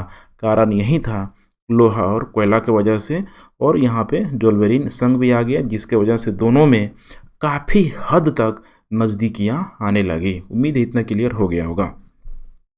अब यहाँ पे देखिए जर्मन पूंजीपति का उदय, कॉन्सेप्ट आपको समझ में आ ही गया होगा। अब देखिए जर्मन पूंजीपतियों के साथ, ठीक है, ये तो बड़ा अच्छा हुआ कि अब धीरे धीरे जर्मनी वाले लोग, ठीक है, अपने यहाँ औद्योगिकरण कर रहे हैं, ठीक है, रेलवे चला रहे हैं, वस्तुओं का इंपोर्ट एक्सपोर्ट कर रहे हैं। तो उनका जो अंतर्राष्ट्रीय बाजार में है ना, जो इंटरनेशनल ट्रेड में बहुत ही उनका, ठीक है, रोल धीरे धीरे बढ़ने लगा। लेकिन जब उनका रोल बढ़ने लगा तो उनको चैलेंज भी मिलने लगा। जैसे जैसे आप, ठीक है, आगे जाएंगे तो प्रतिस्पर्धा कम थोड़े होती है, प्रतिस्पर्धा बढ़ती जाती है, कंपटीशन बढ़ जाता है। यही हुआ उन जर्मन पूंजीपतियों के साथ, और इनको सबसे अधिक जो चैलेंज मिला वो ब्रिटिश पूंजीपति वर्ग के साथ मिलना शुरू हो गया। बहुत ध्यान से समझिएगा। अब इन ब्रिटिश पूंजीपति वर्ग के साथ जब इनका चैलेंज मिलना शुरू हो गया तो बेचारे पिछड़ जाते थे जर्मन पूंजीपति वर्ग। फिर इन्होंने ध्यान से देखा तो इनको, ठीक है, समझ में आया कि देखो ये जो ब्रिटिश पूंजीपति वर्ग है ना, इनका जो समर्थन है वहाँ का ब्रिटिश साम्राज्य कर रहा है, अर्थात ब्रिटेन का ब्रिटिश साम्राज्य कर रहा है। इनके पास एक से एक उपनिवेश मौजूद है, भारत जैसे उपनिवेश मौजूद है। ये क्यों है? तो वहाँ ब्रिटिश साम्राज्य इतना सही तरीके से काम कर रहा है, राजतंत्र व्यवस्था है, संसदीय व्यवस्था है। उस संसदीय व्यवस्था के माध्यम से बहुत सारे उपनिवेशों को यहाँ पे खुद कंट्रोल किया गया है। जब भी ब्रिटेन के व्यापारी को कोई समस्या आती है वहाँ का संसद खड़ा हो जाता है, वहाँ का शासक खड़ा हो जाता है। भाई हम तो होता है ना कि भाई हमारे ऊपर तो छतरी ही नहीं है, हमारे ऊपर भी ऐसा कुछ बड़े अगर व्यक्ति का अगर हाथ आ जाए बड़ा, अगर, ठीक है, अगर छतरी हमारे यहाँ भी लग जाए तो बारिश में हम भी भीग नहीं पाएंगे, हमें भी सपोर्ट मिलते रहेगा। इशारा आप समझ रहे हैं ना? इशारा यही है कि जर्मन पूंजीपतियों को लग रहा है कि भाई एक संयुक्त जर्मनी का, ठीक है, निर्माण होना बहुत ज़रूरी है, तभी जाके हमें बेनिफिट अधिक हो पाएगा। सपना ये देखने लगे, और यही तो समस्या का कारण बनता है प्रथम विश्व युद्ध का व्यापार। इस व्यापार को अगर समझ लेंगे ना, इस आर्थिक गतिविधियों को समझ लेंगे तो आपको कोई भी चीज़ समझने से कोई रोक नहीं सकता है। फाइनली तो सारा मामला इसी व्यापार, इकोनॉमिकल एक्टिविटी पे पूरी की पूरी दुनिया टिकी हुई है। तो यहाँ आप करिए ना, आराम कहानी लिखने से क्या नंबर मिलेगा, ठीक है, यहाँ आप लिखिए, यहाँ बल दीजिए, फिर समझ में आएगा कि एग्जामिनर को कि हाँ कोई मिला है एकदम लाल बत्ती वाला, ठीक है। तो संयुक्त जर्मनी का स्वप्न यहाँ पे लोग देखने लगा। अब यही है नेक्स्ट, सैनिक कूटनीतिक कारक, क्योंकि इसको भी डिनाई यहाँ पे नहीं किया जा सकता है। इस पे देखिए थोड़ा सा हम लोग इसका विश्लेषण परख थोड़ा अध्ययन करने का प्रयास करते हैं। इसमें ब्रिटिश अर्थशास्त्री हैं एक, ठीक है, कुछ केन करके नाम है, ठीक है, उनके द्वारा बोला गया है यहाँ पे कि देखो रक्त और लौह जो है ना, रक्त और लौह की नीति से ज़्यादा इम्पोर्टेंट है लोहा और कोयला। और जर्मनी का जो एकीकरण है रक्त और लौह के माध्यम से नहीं, मसल पावर, समझ रहे हैं ना, मसल पावर, इसके माध्यम से नहीं हुआ है, बल्कि जर्मनी का एकीकरण तो इसके माध्यम से हुआ। लोहा और कोयला इंडस्ट्री, समझिए कि रक्त और, ठीक है, मार काटी करना होता तो भाई करके कर लेते, लेकिन इन्होंने किसको चुना? लोहा और कोयला को चुना, इंडस्ट्री को चुना। ये अलग बात है कि इसी इंडस्ट्री की वजह से ही, ठीक है, अलग अलग कई टाइप के हथियार, तोप खाना सब बनेगा। लेकिन सोचिए अर्थशास्त्री है, ठीक है, दिमाग लगा दिया कि रक्त और लौह नहीं, ज़बरदस्ती यहाँ पे फोकस नहीं दे रहा है, बल्कि वो इस इंडस्ट्रियल सेक्टर पे फोकस दे रहा है।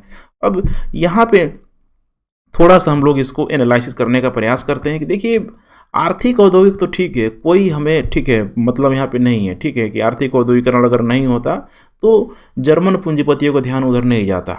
लेकिन साथ में सैनिक कूटनीति को आप डिनाई नहीं कर सकते हैं, क्योंकि रक्त और लौह की नीति ने अधिक रोल प्ले किया। थोड़ा हमें साबित करने का आपको प्रयास कर रहे हैं, क्योंकि ब्रिटिश अर्थशास्त्री ने बोला हुआ है कि लोहा और कोयला के माध्यम से इसका एकीकरण हुआ, और हम बोल रहे हैं कि रक्त और लौह ने बहुत अधिक रोल प्ले किया। तो बीच का मार्ग तो हमें निकालना पड़ेगा। देखिए क्या होता है, अगर हम लोग आर्थिक एकीकरण की बात करें यहाँ पे, कि आर्थिक एकीकरण होने से अगर कोई देश यूनाइट हो जाएगा, पूरी तरीके से एकीकरण हो जाएगा, तो भाई राजनीतिक एकीकरण कभी नहीं हो सकता है। हो सकता है कि आर्थिक एकीकरण, जैसे वर्तमान में यूरोपीय संघ को ले लीजिए, पूरा पूरा यूरोप का संघ, ठीक है, ब्रिटेन का तो खैर निकल भी गया, ब्रेक्जिट हो भी गया, लेकिन क्या अगर उनकी राजनीतिक एकीकरण एक होती तो ब्रेक्जिट निकल पाता? वर्तमान यूरोपीय संघ इसका एग्जाम्पल है। इसका मतलब हम ये नहीं कह सकते हैं कि आर्थिक एकीकरण हो जाए तो राजनीतिक एकीकरण भी हो जाएगा। दूसरा देखिए, जोल्वेरिन संघ बना। जोल्वेरिन संघ आर्थिक गतिविधियों को बढ़ाने के लिए ही बढ़ा हुआ था, ताकि प्रूसिया और जर्मनी में अधिक से अधिक व्यापार हो सके।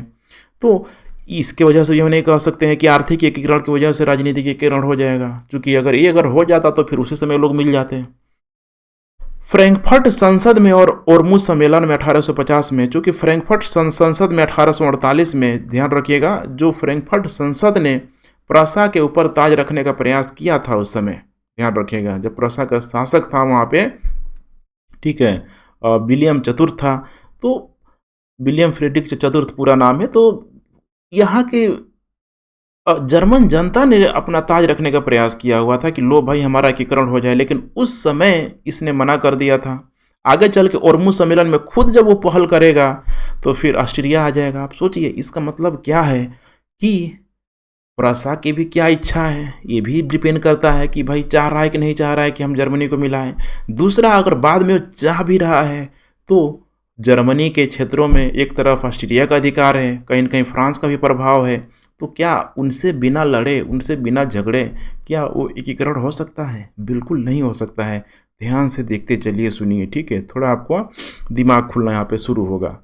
इसीलिए कहा जा रहा है कि ऑस्ट्रिया ने ओर्मुज सम्मेलन को पूरी तरीके से देखिए निष्कासित कर दिया। सीधे सीधे विलियम फ्रेडरिक चतुर्थ को धमका दिया गया कि खबरदार, भूल के भी तुमको ऑस्ट्रिया की तरफ, भूल के भी तुमको जर्मनी की तरफ नहीं देखना है, अदरवाइज तुम मार गिराओगे। और उस समय ऑस्ट्रिया की सेना बहुत विशाल हुआ करती थी, मैंने प्रूसिया तो उसमें कुछ था ही नहीं।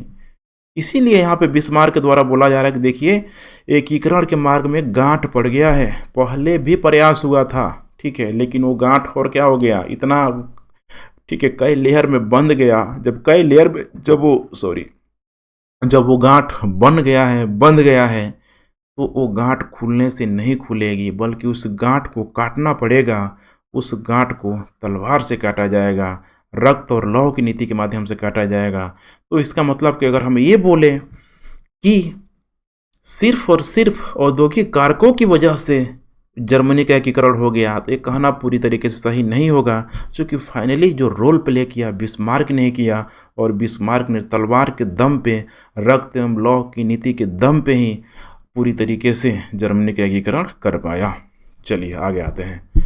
अब नेक्स्ट है यहाँ पे कंसल्ट ऑफ यूरोप। ये भी इसको छोड़ नहीं सकते हैं। देखिए यही है ना, देखिए आपको ये सब टॉपिक जब पढ़ते हैं ना, तो थोड़ा जैसे चेस खेलते होंगे ना आप लोग, हर एक, ठीक है, जो प्लेयर होता है सब पे आप निगरानी करते हैं, ठीक वैसे ही यहाँ आपको चीज़ करना पड़ेगा। कौन सा प्लेयर किधर काम कर रहा है, हर जगह आपको, ठीक है, थोड़ा सा आपको कूटनीतिज्ञ बनना पड़ेगा इसको पढ़ने के लिए। कंसल्ट ऑफ यूरोप है, पता है आपको, इस कंसल्ट ऑफ यूरोप में दो टाइप के लोग थे। एक तो उदारवादी विचारधाराओं से ग्रस्त थे, एक अनुदारवादी। उदारवादियों में जैसे कि इंग्लैंड थोड़ा बहुत परिवर्तन चाह रहा था, दूसरी तरफ फ्रांस भी परिवर्तन से गुजर रहा था। ये लोग परिवर्तन को रोकने वाले नहीं थे। दूसरी तरफ अनुदारवादियों में पता है आपको कि एक तरफ एक तरफ ऑस्ट्रिया था, एक तरफ सोवियत रूस था। इन दोनों जगहों पे चूंकि बहुत ही बहुनस्ल भाषा भाषी के लोग थे, आपको याद हो जाएगा, मैं इतनी बार बोल रहा हूँ कि ये लोग कहीं से भी परिवर्तन को एक्सेप्ट करने के लिए तैयार नहीं थे, क्योंकि इनके यहाँ परिवर्तन होने का मतलब कि इनकी हैब्सबर्ग साम्राज्य, जारशाही व्यवस्था पूरी तरीके से ध्वस्त हो जाती, खत्म हो जाती। तो कुल मिला के कंसल्ट ऑफ यूरोप का मेंबर होते हुए भी इनके अंदर मतभेद था, दरार था। तो अब आपको लग रहा होगा कि मैं क्यों बता रहा हूँ, ये इसके पीछे बताने का कारण है क्रीमिया का युद्ध 1854 से 1856 में। चूँकि हुआ क्या कि इसमें उदारवादियों और अनुदारवादियों के बीच, ठीक है, युद्ध हो गया। और इन उदारवादियों और अनुदारवादियों के बीच जब युद्ध हुआ तो आप देखेंगे कि इस युद्ध की वजह से ऑस्ट्रिया और रसिया के बीच ही मतभेद होना शुरू हो गया। इसीलिए कहा जा रहा है कि अनुदारवादियों में क्या हुआ, क्रीमिया के युद्ध में, तो रूस और ऑस्ट्रेलिया में पूरी तरीके से मतभेद हुआ। बेसिकली इसमें कुछ हुआ नहीं था। पिछले क्लास में मैंने इटली का जब एकीकरण कराया था तो बहुत ही अच्छे से मैंने इसको कराया हुआ था, ठीक है। अब पुनः उतना डिटेलिंग में यहाँ नहीं करूँगा, बस ये जानिए कि क्रीमिया का क्षेत्र है, उस क्रीमिया के क्षेत्र में अगर देखा जाए, ठीक है, तो ऑटोमन साम्राज्य के वहाँ पे कंट्रोल हुआ करता था, जो बिल्कुल ठीक है, ध्यान रखिएगा। क्रीमिया का क्षेत्र ब्लैक सी में हुआ करता था और रसिया ब्लैक सी में आने के लिए आतुर था। रसिया ब्लैक सी में आ जाता तो बॉस्फोरस स्ट्रेट होते हुए वो मेडिटेरियन सी में आ जाता। मेडिटेरियन सी में आने का कारण ठीक है उसका यही था कि भाई हमको भाई उपनिवेश बनाना है, अपने व्यापार को और अधिक क्या करना, बढ़ाना है। लेकिन उससे चैलेंज किसको मिलता? ब्रिटेन को चैलेंज मिलता, क्योंकि ब्रिटेन भी आ रहा था मेडिटेरियन सी होके ही भारत पे आ रहा था। और ब्रिटेन का उस समय व्यापारिक नीति पूरी तरीके से ठीक है इंडिया को ध्यान में रख के ही कर रहा था। तो ब्रिटेन कभी भी नहीं चाह रहा था कि भाई रूस कभी ठीक है समुद्री व्यापार यहाँ पे कर पाए, और रूस उत्तर से जा भी नहीं सकता है, ऊपर उत्तर में पूरा आर्कटिक ओशियन वगैरह है। तो यही समस्या के कारण था। क्रीमिया को हर हाल में रूस अगर ले लेता तो वो पूरी तरीके से ब्लैक सी में ठीक है होते मेडिटेरियन सी में आ जाता। इसी को रोकने के लिए, इस क्रीमिया को क्षेत्र को रोकने के लिए ठीक है कि भाई रूस को ना मिले, इन लोगों ने बिगुल छेड़ दिया। इस बिगुल में आप देखेंगे तो ऑटोमन साम्राज्य के अंतर्गत चूंकि वो क्रीमिया का क्षेत्र आता था, ऑटोमन साम्राज्य को, तुर्की को इंग्लैंड ने, फ्रांस ने पूरी तरीके से सपोर्ट कर दिया, पीठ थपथपा दिया कि जाओ और रूस से लड़ पड़ो। इस युद्ध में रूस पूरी तरीके से हार गया। लेकिन उस रूस को ध्यान रखिएगा, ऑस्ट्रिया ने सपोर्ट नहीं किया, बल्कि उस रूस के खिलाफ, ये रूस वही है जो कभी ऑस्ट्रिया का बहुत अच्छा मित्र हुआ करता था, लेकिन इस युद्ध में ऑस्ट्रिया ने अपनी मित्रता नहीं निभाई, न्यूट्रल रह गया। और न्यूट्रल रहते हुए भी माने पूरी तरीके से नहीं रहा कुछ ठीक है, रसिया के खिलाफ अपमानजनक भाषण दे दिया, जिसके वजह से रसिया यूरोपीय महाद्वीप से माने यूरोपीय राजनीति से ठीक है सदा सदा के लिए बिल्कुल वो सेपरेट हो गया। तो इसीलिए कहा जा रहा है कि रूस और ऑस्ट्रिया में यहाँ पे मतभेद हो गया, ध्यान रखिएगा ठीक है। डिटेलिंग करना होगा तो आप जाके इटली का एकीकरण देखिए, बहुत अच्छे से मैंने और समझाया हुआ है। उसके बाद से यहाँ पे नेपोलियन तृतीय है। चूँकि अब नेपोलियन तृतीय को जब 1848 में जब फ्रांस की जनता ने, उन बोनापार्टवादियों ने जब इसको जीत दिलाई, तो किस उद्देश्य से जीत दिलाई समझिए। लोग यही देख रहा था कि भाई नेपोलियन का भतीजा है नेपोलियन तृतीय, ये आएगा तो फ्रांस की ठीक है मान को आगे बढ़ाएगा, जैसे कि कभी नेपोलियन इसका चाचा हुआ करता था। आखिर इसके भी रगों में तो नेपोलियन का खून है। देखिए कैसे होता है यहाँ पे ठीक है। तो अब नेपोलियन तृतीय को भी लग रहा था कि भाई बहुत ज़रूरत है, शासक बन के आ गया, बहुत प्रेशर था इस पे भी कि भाई हमको अपने चाचा की तरह करना है, सोचना है, हमको भी उस मुकाम पे जाना है। तो बदलाव के प्रति ये भी नरम रुख रखता था, उदार रुख था, कुल मिला के उदारवादी ठीक है विचारधाराओं से भी लैस था। हर हाल में फ्रांस के पक्ष में रियायत प्राप्त करना चाहता था। और इसी समय आप देखेंगे तो क्रीमिया के युद्ध में इसने मौका दे दिया, अर्थात जो काबूल था, काबूल को मौका मिल गया। पीडमोंट सार्डिनिया का जो ठीक है जो समझ रहे हैं ना, जो वहाँ का जो प्रधानमंत्री था, साथ में प्रसा को भी आगे चल के मौका दे देगा। ये बहुत बड़ा समर्थन था। और ये प्रसा जो है ना यहाँ पे ध्यान रखिएगा, राइन लैंड के नाम पे बेचारा नेपोलियन के मुंह से लार टपकने चला, और राइन लैंड के चक्कर में ठीक है प्रसा को समर्थन दे दिया। ठीक वैसे ही जिस तरह से नीस और सेवाय के चक्कर में काबूल को ने ठीक है मैंने काबूल ने बार बार उसको लालच दिया, और काबूल के ठीक है झांसे में नेपोलियन आते हैं, बेचारा सोच नहीं पाया और पूरा का पूरा इटली का एकीकरण करवा दिया। ठीक वैसे ही लास्ट समय आप देखेंगे तो अब यही काम करेगा बिस्मार्क करेगा कि बिस्मार्क राइन लैंड का लालच दे देकर ठीक है इस जर्मनी का पूरी तरीके से एकीकरण कर लेगा। तो नेपोलियन तृतीय बेसिकली ध्यान रखिएगा ठीक है, अभी तो बहुत ही पावरफुल शासक के रूप में मौजूद था, खासकर क्रीमिया के युद्ध के बाद। क्योंकि क्रीमिया के युद्ध के बाद ऑस्ट्रिया पता है आपको न्यूट्रल हो गया, फ्रांस ठीक है एक बड़ी शक्ति के रूप में यहाँ पे सामने आ जाता है। अब आइए हम लोग लास्ट बात करते हैं यहाँ पे, सॉरी लास्ट नहीं है यहाँ पे, अब हम लोग बात करते हैं प्रोसेस का। सहायक तत्वों में आप लोगों ने देख लिया है पूरी तरीके से। अब आइए हम लोग बात करते हैं प्रक्रिया का। देखिए प्रक्रिया में यहाँ पे क्या हो रहा है।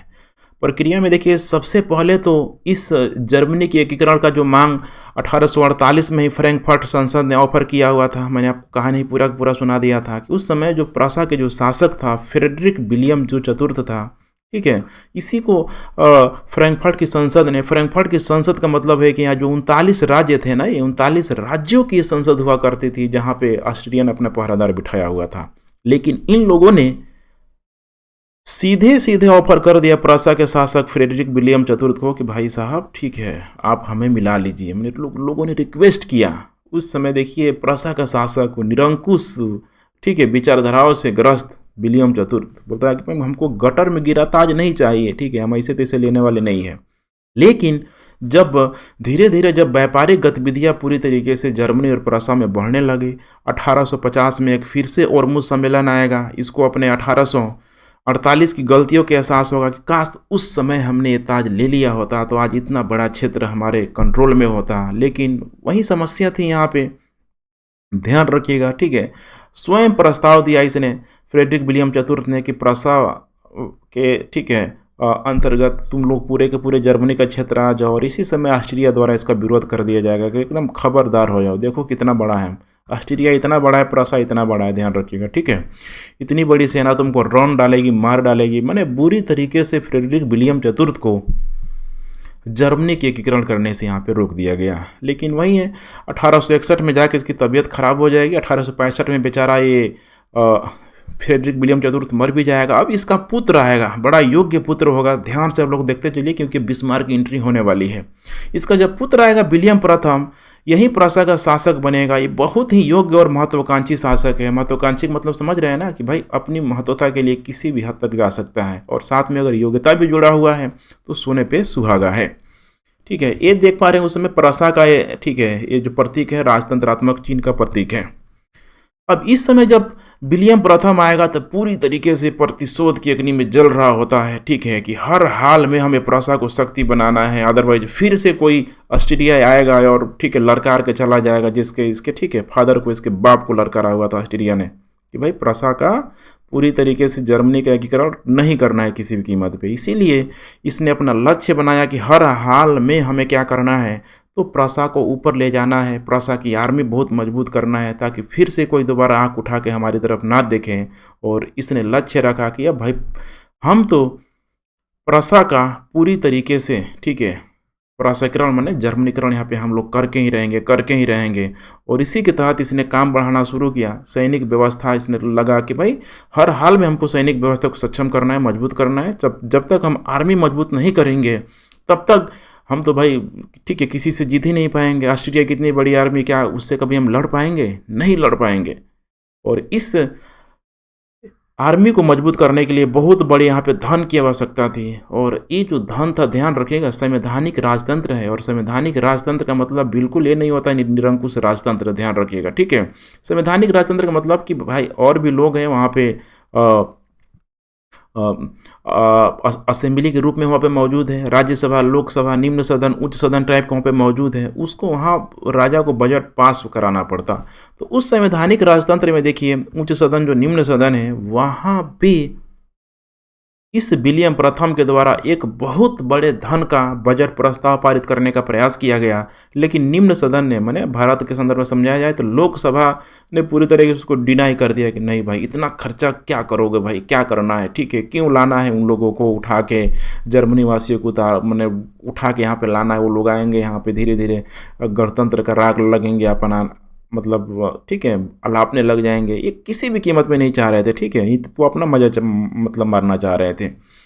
अब ठुकरा दिया, बड़ा कष्ट हुआ विलियम प्रथम को कि भाई हमारे अनमारों पे ठेस लग गया, हम रुकेंगे नहीं। अब इसी समय ये बिस्मार्क को हमान करेगा। उस समय बिस्मार्क, ध्यान रखिएगा, ठीक है, रूस में राजदूत के रूप में कार्य कर रहा था। बुलाएगा, ठीक है, बिस्मार्क दौड़ के आएगा। अब थोड़ा सा हम लोग देखते हैं बिस्मार्क को। और लास्ट टॉपिक यही है हमारा, बिस्मार्क द्वारा जर्मनी का एकीकरण। बहुत ही इंपॉर्टेंट सेगमेंट है, इसको समझ गए तो पूरी तरीके से जर्मनी का एकीकरण आपके मुट्ठी में। अब यही है बिस्मार्क, ठीक है, पूरा नाम है ओटावन बिस्मार्क, ठीक है। मैंने एकदम अगर इसको यूरोप का अगर ठीक है, कौटिल्य कहा जाए, चाणक्य कहा जाए तो कोई कहना गलत नहीं है, ठीक है। क्योंकि अब यहाँ पे थोड़ा मतभेद हो सकता है, क्योंकि ये जो नीतियाँ अपनाता है ना, थोड़ा बहुत मतलब बोल सकते हैं कूटनीतिज्ञ के रूप में तो कहा जा सकता है, लेकिन कुछ कुछ इसकी नीतियाँ इतना उटपटांग होती है कि इस पर भी प्रश्न चिन्ह खड़ा करती है। मैंने धूर्तबाज आप भी कह सकते हैं, ठीक है, बहुत अच्छा शब्द होगा। अब कैसे होगा, थोड़ा सा हम लोग समझने की कोशिश करते हैं। क्या है ओटमन बिस्मार्क, ठीक है। इसका जो देखिए, जो जन्म हुआ था ना, सामंत परिवार में हुआ था, ठीक उसी तरीके से जैसे कि काबूर का जन्म हुआ था सामंत परिवार में, इसका भी जन्म हुआ था सामंत परिवार में। बहुत ही योग्य और कुशल, ठीक है, नेतृत्व वाला व्यक्ति था, नो डाउट, कोई डाउट ही नहीं था। 1847 में इसने प्रसा की राजनीति में प्रवेश किया। अब ध्यान रखिएगा, प्रसा की राजनीति, ठीक है, पूरी तरीके से संवैधानिक राजतंत्र के रूप में कार्य कर रही थी। वहीं चल के संसद का सदस्य बना। 1859 में आके इसको रूस में राजदूत के रूप में भेजा गया सेंट पीटर्सबर्ग, और 1859 के बाद पुनः इसको 1862 में भी भेजा जाएगा। जब 1862 में जब भेजा जाएगा तो बड़ा ही अच्छा कार्य करेगा, क्योंकि उस समय रूस का जो शासक होता है, ठीक है, यही होता है अलेक्जेंडर द्वितीय, ठीक है, जार अलेक्जेंडर द्वितीय होता है। होता क्या है कि उस समय जो रूस का जो एरिया है पे ध्यान देखिए, बस थोड़ा सा समझ लीजिए, जो रूस से सटा यहीं पे है पोलैंड, ठीक है। तो पोलैंड में क्या होता था कि बार बार रूस के खिलाफ विद्रोह होते रहता था। तो जैसे ही पोलैंड वासी विद्रोह करते थे उसको, ठीक है, रूस के द्वारा दबाया जाता। अब रूस के द्वारा जब दबाया जाता तो बाकी यूरोपीय देश, ठीक है, चिल्लाने लग जाते हैं, इसका विरोध करने लग जाते हैं। तो इसमें क्या किया कि दूरदर्शिता अपनाते हुए बिस्मार्क ने अलेक्जेंडर द्वितीय का सपोर्ट कर दिया कि नहीं भाई, हम तुम्हारा सपोर्ट कर रहे हैं, यूरोप का देश कोई करे चाहे नहीं करे, हम तुम्हारे मित्र हैं। और यहीं से अलेक्जेंडर द्वितीय का यहाँ पे पूरी तरीके से मित्र बन गया। एक मैंने अपना विदेश नीति को एक बहुत अच्छा आयाम देते हुए, समझिए कि जहाँ पे रूस, ठीक है, बिल्कुल कट छट गया था अलग, आपको पता है क्रीमिया के युद्ध में, ठीक है, उसने, ठीक है, अपना एक नया दोस्त इसको बना लिया। 1862 में फिर वही है, ठीक है, जब विलियम प्रथम आएगा तो उसी समय आह्वान करेगा। मैंने आपको अभी लिंक पीछे छोड़ा हुआ था, ठीक है, एकदम प्रकट हो जाओ, आ जाओ, बिस्मार्क कहाँ हो, क्योंकि बिस्मार्क उस समय बहुत ही योग्य कूटनीतिक के रूप में मौजूद था। यूरोपीय राजनीति की बहुत उसको गहरी समझ थी, इसीलिए यहाँ पे इसको चांसलर बनाया गया। प्रधानमंत्री मैंने, समझ रहे हैं ना, अभी देखिए जर्मनी का चांसलर मैंने प्रधानमंत्री, जिसे भारत में प्रधानमंत्री का पद है, वहाँ पे जर्मनी में चांसलर का पद है। आते ही अब पूरे के पूरे अपने शासक के साथ खड़ा हो गया, कंधे से कंधे मिला के खड़ा हो जाएगा, और उस संसद में अपना ज़बरदस्त 2 स्टेटमेंट देगा। थोड़ा सा सुनिए इस स्टेटमेंट को कि मैं मिट जाऊंगा किंतु संसद के संघर्ष में आपका साथ नहीं छोड़ूंगा श्रीमान। मैंने सिर्फ श्रीमान मैंने विलियम प्रथम। दूसरा बोलता है कि जर्मन जनता प्रसा के उदारवाद की तरफ नहीं देख रही है, जर्मन जनता प्रसा के उदारवाद की तरफ नहीं देख रही है, बल्कि जर्मन जनता प्रसा के शक्ति की ओर देख रही है, और बड़ी एकदम देख रही है। तो भाई हमें हर हाल में, ठीक है, इसको छोड़ना नहीं चाहिए।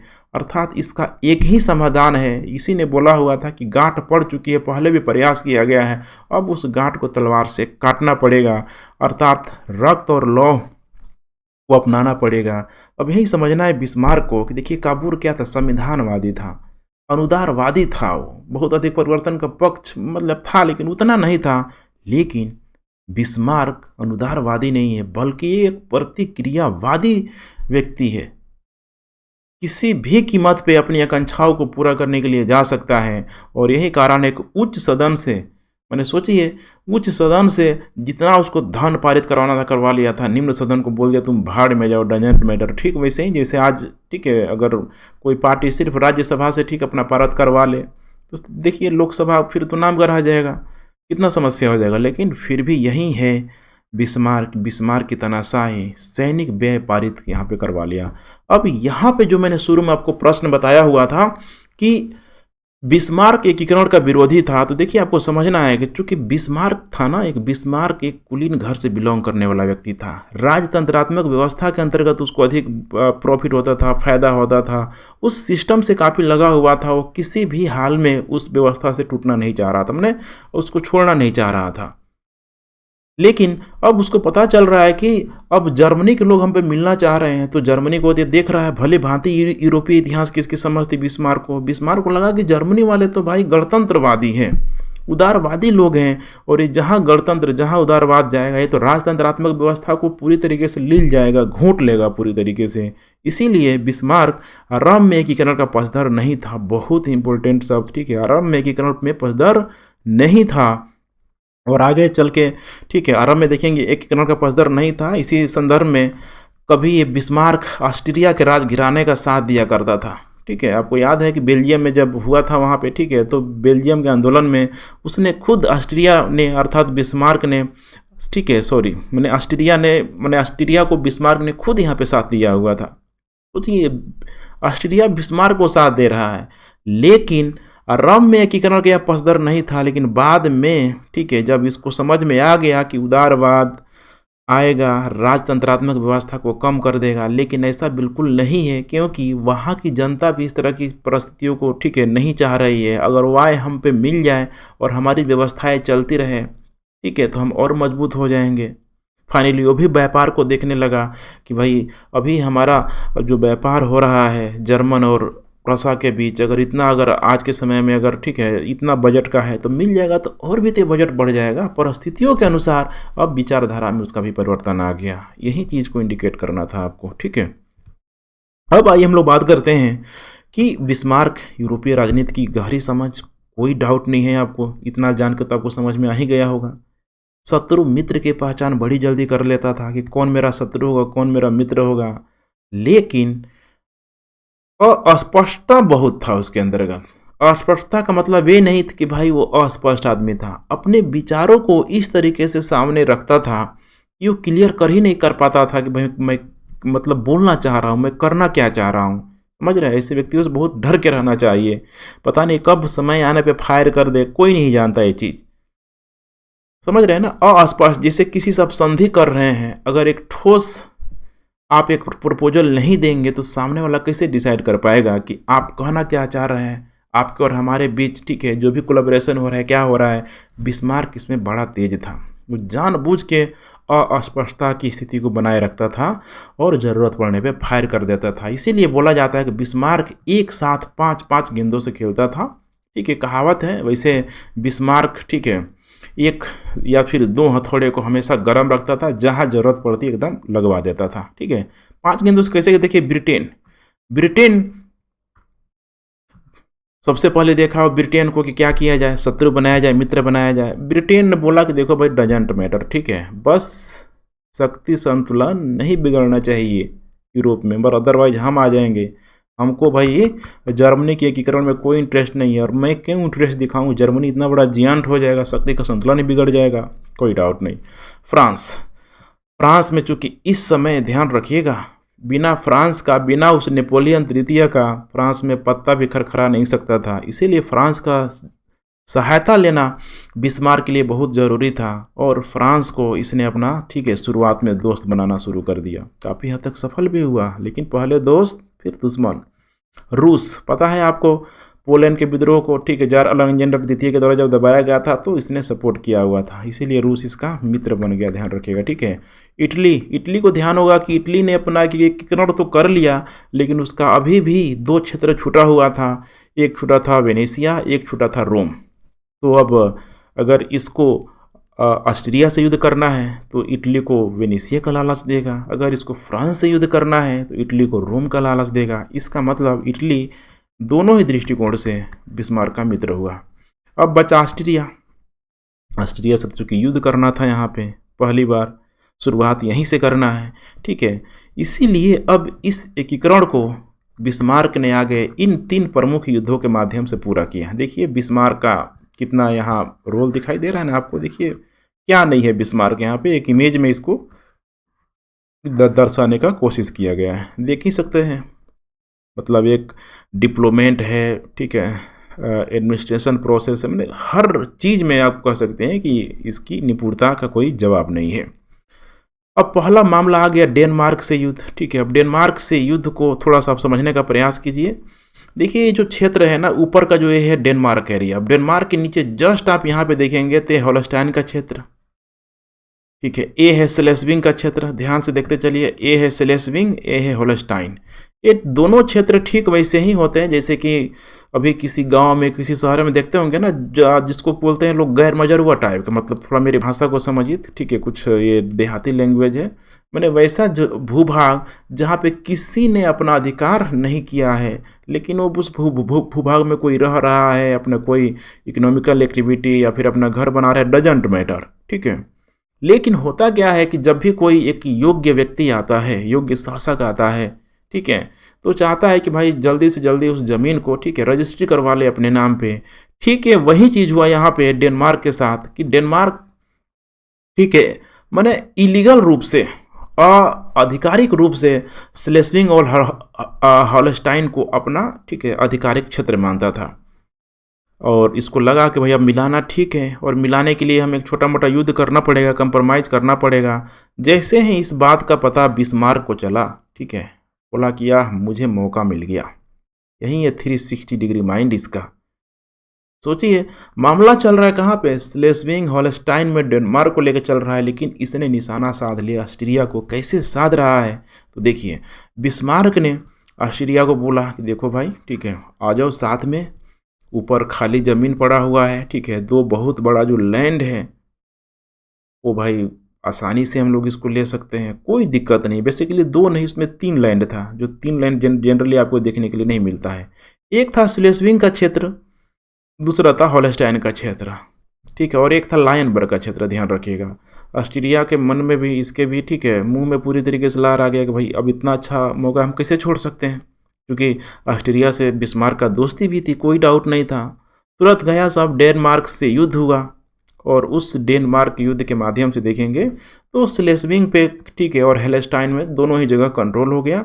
स्लेस्विंग में ध्यान रखिएगा कि प्रसा का अर्थात यहाँ पे बिस्मार्क का नियंत्रण हो गया। हॉलस्टाइन में क्या हुआ कि जानबूझ के अपना कूटनीतिक दिमाग को लगाते हुए हॉलस्टाइन के क्षेत्र को यहाँ पे ऑस्ट्रिया को दे दिया। अब देखिए ऐसा क्यों कर रहा है, थोड़ा ध्यान से समझिए। देखिए स्लेस्विंग में क्या था ना, यहाँ पे तो जर्मन और डेन जाति के लोग यहाँ पे बड़ी मात्रा में मौजूद थे, तो खुद ये जर्मनी के एकीकरण करना चाह रहा था। अगर जर्मन लोग हैं तो इनको कोई समस्या नहीं होगी, डेन थोड़ी मात्रा में थे।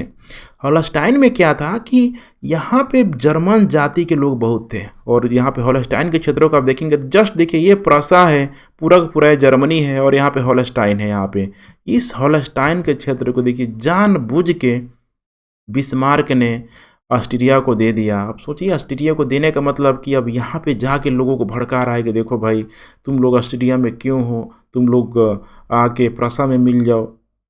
सोचिए तो क्या ऑस्ट्रिया इसे करने देगा, और यही तो समस्या का कारण बनेगा आगे चल के, अगला युद्ध का बीज रोपण करेगा। लेकिन ये जो मामला जो हुआ है एक संधि के माध्यम से हुआ है, जिसको बोला गया गेस्टाइन समझौता। बड़ा इंपॉर्टेंट है गेस्टिन या गेस्टाइन समझौता, 1865 में ये समझौता हुआ है।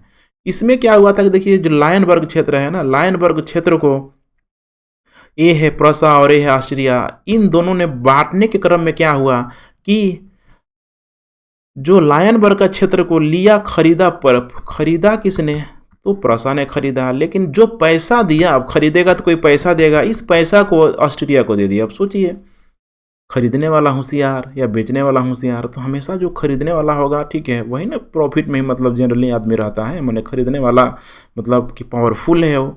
तो इसीलिए गेस्टिन समझौता में हॉलस्टाइन को और लायनबर्ग को लेके बिस्मार्क की यहाँ पे कूटनीतिक विजय मानी जाती है कि भाई बहुत अच्छा ये काम किया। और यही हॉलस्टाइन का मुद्दा आगे चल के देखेंगे, ठीक है, तो ऑस्ट्रिया से युद्ध का यहाँ पे कारण भी बनता है। तो आगे आप यहाँ पे देख पा रहे हैं, आ गया ऑस्ट्रिया से युद्ध, सेडोवा का युद्ध। देखिए क्या हो रहा है 1866 में, ध्यान से नज़रों को ठीक है गड़ाए रखिए।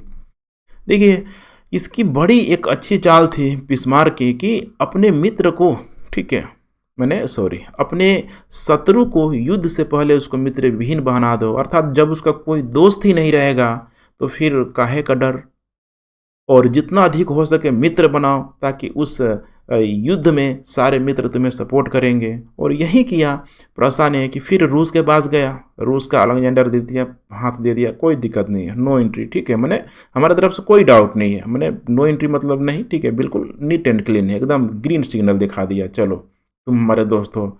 फ्रांस के पास गया, बोला नेपोलियन तृतीय था, ड्राइनलैंड का क्षेत्र चाहिए।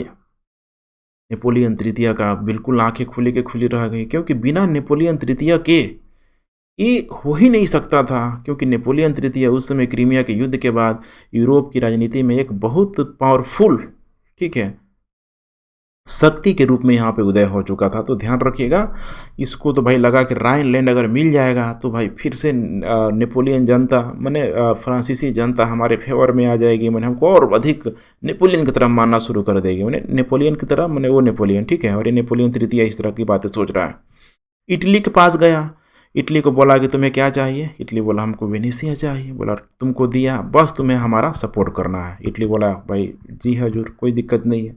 ब्रिटेन ब्रिटेन यहाँ पे इसको मुक्त व्यापार का लालच दिया कि देखो आपके व्यापार चाहिए ना आपको, ठीक है हमको, ठीक है आपके व्यापार में कोई अड़ंगा नहीं लगाना है, बस ये काम हमको करने दो, ठीक है कुछ क्षेत्र है यहाँ पे जर्मनी का उसको हमको मिलाने दो, ठीक है। ब्रिटेन बेचारा ना हाँ बोला ना बोला, ठीक है। इसका मतलब कि अगर ना भी नहीं बोल रहा है ना, ठीक है मैंने सॉरी, अगर हाँ भी नहीं बोल रहा है तो इसका मतलब कि उसका ठीक है हाँ है। चुप रहना भी एक हाँ के कैटेगरी में ही आता है। और इस चीज़ को उसको मौका मिल गया हॉलस्टाइन का क्षेत्र में, क्योंकि हॉलस्टाइन क्षेत्र पे आपको पता है कि गैस्टाइन समझौता कितना कॉम्प्लिकेटेड समझौता हुआ था, उसमें बहुत अधिक अस्पष्टता की स्थिति थी, कारण यही बना। और इस कारण में आप देखेंगे यहाँ पे, ठीक है तो अब पूरी तरीके से बिस्मार्क को सपोर्ट मिलना शुरू हो गया, ठीक है। इधर फ्रांस से भी ठीक है शांति रह गया, इटली से भरपूर मिला, और जर्मनी लोगों को पूरी तरीके से बोला कि जितने भी उद्योगपति पूंजीपति वर्ग है, जर्मनी का जो बुर्जुआ वर्ग है भरपूर सहयोग दिया, क्योंकि इन्होंने बहुत प्रयास किया था मिलने के लिए, जर्मनी का यूनाइट करने के लिए, लेकिन ये चीज़ नहीं हो पाया। जैसे इनको लगा कि भाई अब बिस्मार्क शुरू हो गया है, इन्होंने फ्री कर दिया कि बिस्मार्क भाई जो चाहिए भाई हमसे ले लो, कोई दिक्कत हमें नहीं है। और फिर वही हुआ। देखिए ऑस्ट्रिया महज 6 वीक में, मतलब समझ रहे हैं ना 6 वीक मैंने 42 दिनों के अंदर ही ऑस्ट्रेलिया यहाँ पे पराजित हो गया, क्योंकि बिस्मार्क किसी भी कीमत पे इस युद्ध को लंबा खींचना नहीं चाह रहा था। सिडेवा का युद्ध जो 1866 में हुआ महज 42 दिन में, 6 सप्ताह में ही कंप्लीट हो गया, क्योंकि बिस्मार्क को पता था कि अगर युद्ध लंबा खींचेगा तो फिर युद्ध का परिणाम कुछ भी हो सकता है। कोई ठीक है युद्ध में यही समझना है कि कोई भी मित्र दोस्त बन सकता है, कोई भी दोस्त मित्र बन सकता है। आप इसको एग्जाम्पल से कोट कीजिए, जैसे भारत बांग्लादेश, जैसे भारत बांग्लादेश का जब युद्ध हो रहा था, मैंने भारत पाकिस्तान का जब युद्ध हो रहा था, तो कैसे इंदिरा गांधी बार बार फ़ोन करके ठीक है अपने जो भी अधिकारी लोग थे बोलते थे कि कितना दिन युद्ध जाएगा, 1 दिन 2 दिन 4 दिन जाएगा, ठीक है। इतना जल्दीबाजी होता है ना, क्योंकि जब भारत पाकिस्तान का जब बांग्लादेश को लेके ठीक है जब युद्ध हो रहा था वहाँ पे पूर्वी बंगाल को लेके, तो चाइना भी धीरे धीरे फन फैला रहा था, रसिया भी, अमेरिका भी। तो समस्या होती है कि कोई दूसरा अलाइनमेंट ना आ जाए, ताकि ठीक है रिजल्ट कुछ और यहाँ पे हो जाए। यही दबा था, इस चीज़ को काबूल बड़ी समझ रहा था, और तुरंत इसको महज 6 सप्ताह के अंदर इसको निपटा दिया और प्राग की संधि किया। इस प्राग की संधि में बोला कि भाई चुपचाप वेनेसिया का जो क्षेत्र है इटली को दे दो, बोला जी हजूर, ठीक है। उत्तरी जर्मनी प्रशा के साथ पूरी तरीके से विलय हो गया। जो उत्तरी जर्मनी, ध्यान रखिए उत्तरी जर्मनी का क्षेत्र जो स्लेस्विंग और हॉलस्टाइन का जो क्षेत्र था, ठीक है सॉरी स्लेस्विंग और सांक्सी क्या तो प्रांत का नाम था, ठीक है। वो क्षेत्रों को पूरी तरीके से उस पर यहाँ पे मर्ज कर दिया गया उत्तरी जर्मनी के क्षेत्रों में। नीचे जो बच गया था ठीक है बवेरिया वगैरह, वहीं थोड़ा सा नीचे बचा हुआ था, अधिकतर क्षेत्रों को ठीक है कंट्रोल में ऊपर आ गया, ठीक है। तो उत्तरी जर्मनी के साथ यहाँ पे प्रशा के साथ पूरी तरीके से यहाँ पे विलय हो गया, और बोला प्राग की संधि के अंतर्गत कि भाई तुमको अहस्तक्षेप की नीति के माध्यम से चलना है, ठीक है। हम कुछ भी करें तुमको हस्तक्षेप नहीं करना है, प्राग की संधि में साइन करो। ऑस्ट्रिया बेचारा क्या करता, ठीक है एक्सेप्ट कर लिया। लेकिन यहाँ पे एक प्रश्न बन जाता है कि सिडेवा के युद्ध में ऑस्ट्रिया की नहीं बल्कि फ्रांस की हार हुई। अब आप लिंक कर पा रहे हैं, सोच पा रहे हैं, क्योंकि हुआ क्या है कि सिडेवा के युद्ध में ऑस्ट्रिया तो हार गया, डजंट मैटर, लेकिन फ्रांस की हार कैसे हो गई। फ्रांस को तो भाई बिस्मार्क ने वादा किया था कि राइन लाइन दे देंगे, लेकिन बिस्मार्क ने राइन लाइन नहीं दिया। यही तो बिस्मार्क की खासियत थी कि बिस्मार्क ने राइन लाइन को नहीं दिया, और फ्रांस की हार इसीलिए हो गई कि जर्मनी का बहुत बड़ा क्षेत्र में एकीकरण हो गया। अब फ्रांस की बाउंड्री सीमा से कहीं अधिक जो दिख रही थी, जर्मनी की बाउंड्री सीमा दिख रही थी। अब फ्रांस के लोगों में नेपोलियन के प्रति एक होता है ना, मतलब एक कटाक्ष की भावना आ गई कि भाई इतना निकम्मा शासक है, देखो बगल में हमसे बड़ा एम्पायर प्रशा वालों ने खड़ा कर लिया। इसीलिए एक प्रश्न इसे बन जाता है। तो जब सोचिए इसे जब तक आप नहीं पढ़ाई करेंगे ऐसे प्रश्नों के साथ आप ठीक है न्याय कर पाएंगे। इसका भी आंसर राइटिंग थोड़ा सा करिएगा, ठीक है। अब आइए बात करते हैं हम लोग फ्रांस से युद्ध, चूँकि अब मामला बढ़ रहा है धीरे धीरे धीरे। अब फ्रांस से युद्ध के लिए ठीक है, इसको सेडान का युद्ध भी बोला जाता है, सेडावा सेडान का युद्ध, ठीक है। तो सेडावा तो हो गया 1866 में ऑस्ट्रिया से, अब हो जाएगा सेडान फ्रांस से, ठीक है। इसके साथ वही नियम फॉलो किया, फ्रांस को मित्रहीन बनाना। इसको मित्रविहीन बनाना बहुत आसान था। रूस के पास गया, बोला क्रीमिया याद है ना, क्रीमिया में तुम्हारा कट्टर शत्रु कौन था? फ्रांस था। रूस बोला हाँ हाँ भाई समझ गए, कुछ भी करो ठीक है हम तुम्हारा सपोर्ट करेंगे, अर्थात मित्र। इटली को बोला रोम चाहिए ना, बोला बिल्कुल चाहिए, रोम देने का वादा कर लिया। ऑस्ट्रिया से बोला देखो भाई प्राग की संधि हुई है तुमसे, ठीक है, बीच में आके हस्तक्षेप नहीं करना है। और ब्रिटेन के साथ बोलता था कि मुक्त व्यापार को कायम रखना है, ब्रिटेन बोलता हाँ कायम करना है, बोला फिर हस्तक्षेप यहाँ पे नहीं करना। बस मामला यहीं से शुरू हो गया। और इधर फ्रांस की जनता पूरी तरीके से संतुष्ट थी कि भाई इतना बड़ा जर्मनी का क्षेत्र ठीक है यूनाइट हो गया, हमसे बड़ा हो गया। फ्रांस की जनता संतुष्ट थी, अपना राष्ट्रीय अपमान समझती थी। और नेपोलियन तृतीय को खरा खोटी भी लोगों ने होता है ना फीडबैक, मतलब अच्छा नहीं मिल रहा पा रहा था उस समय नेपोलियन तृतीय को। नेपोलियन तृतीय की भवें तनी हुई थी, वो भी मौके की तलाश में था कि कब हमको ऐसा मिले कि हम भी कुछ बड़ा कर जाए, ठीक है। लेकिन अब ये तो बिस्मार्क था नहीं, ये तो नेपोलियन था नहीं कि भाई वो नेपोलियन 1815 वाला, ठीक है, कि भाई इतना बड़ा इसके पास दिमाग था नहीं बेचारा, ठीक है, लोल ही रह गया, ये लोल ही रह गया। देखिए क्या हो रहा है यहाँ पे, देखिए यही है राइनलैंड का क्षेत्र, ध्यान से आप देखते चलिए। यही राइनलैंड को जिस बिस्मार्क ने वादा किया था कि हम देंगे, इस राइनलैंड को दिया ही नहीं, ठीक है। अब इस राइनलैंड में जो रहने वाले लोग थे ना, थोड़ा इन लोगों की प्रतिक्रिया जान लीजिए। राइन लोगों में देखिए बहुत अधिक जो प्रभाव था ना, फ्रांस का प्रभाव था। ये ठीक वैसे ही प्रभाव था जैसे कि अगर ठीक है पीओके की बात कर लें तो पीओके में अगर ठीक है अगर ऑक्युपाइड है किसी तरह से, अगर पीओके का जो एरिया है अगर पाकिस्तान का ऑक्युपाइड है तो नो डाउट पाकिस्तान का भी यहाँ पे कंट्रोल अधिक है यहाँ पे, ठीक है, ऐसे ही समझिए। तो राइनलैंड उस समय ठीक है ऑक्युपाइड तो नहीं था फ्रांस से, लेकिन फ्रांस का राइनलैंड में बहुत अधिक प्रभाव था। राइनलैंड वाले भी बहुत अधिक ठीक है फ्रांस को रिस्पेक्ट देते थे। इसीलिए कहा जा रहा है कि राइनलैंड पे यहाँ पे लेके यहाँ पे ठीक है नेपोलियन की पूरी तरीके से यहाँ पे नज़र थी। अब यहाँ पे चीज़ों को समझने की कोशिश कीजिए कि हर हाल में इस राइनलैंड को क्या करें, हम ले लेना है। अब यही चीज़ बिस्मार्क इस चीज़ को समझ गया कि इस राइनलैंड को तो भाई किसी भी कीमत पे हमको नेपोलियन तृतीय को देना नहीं है।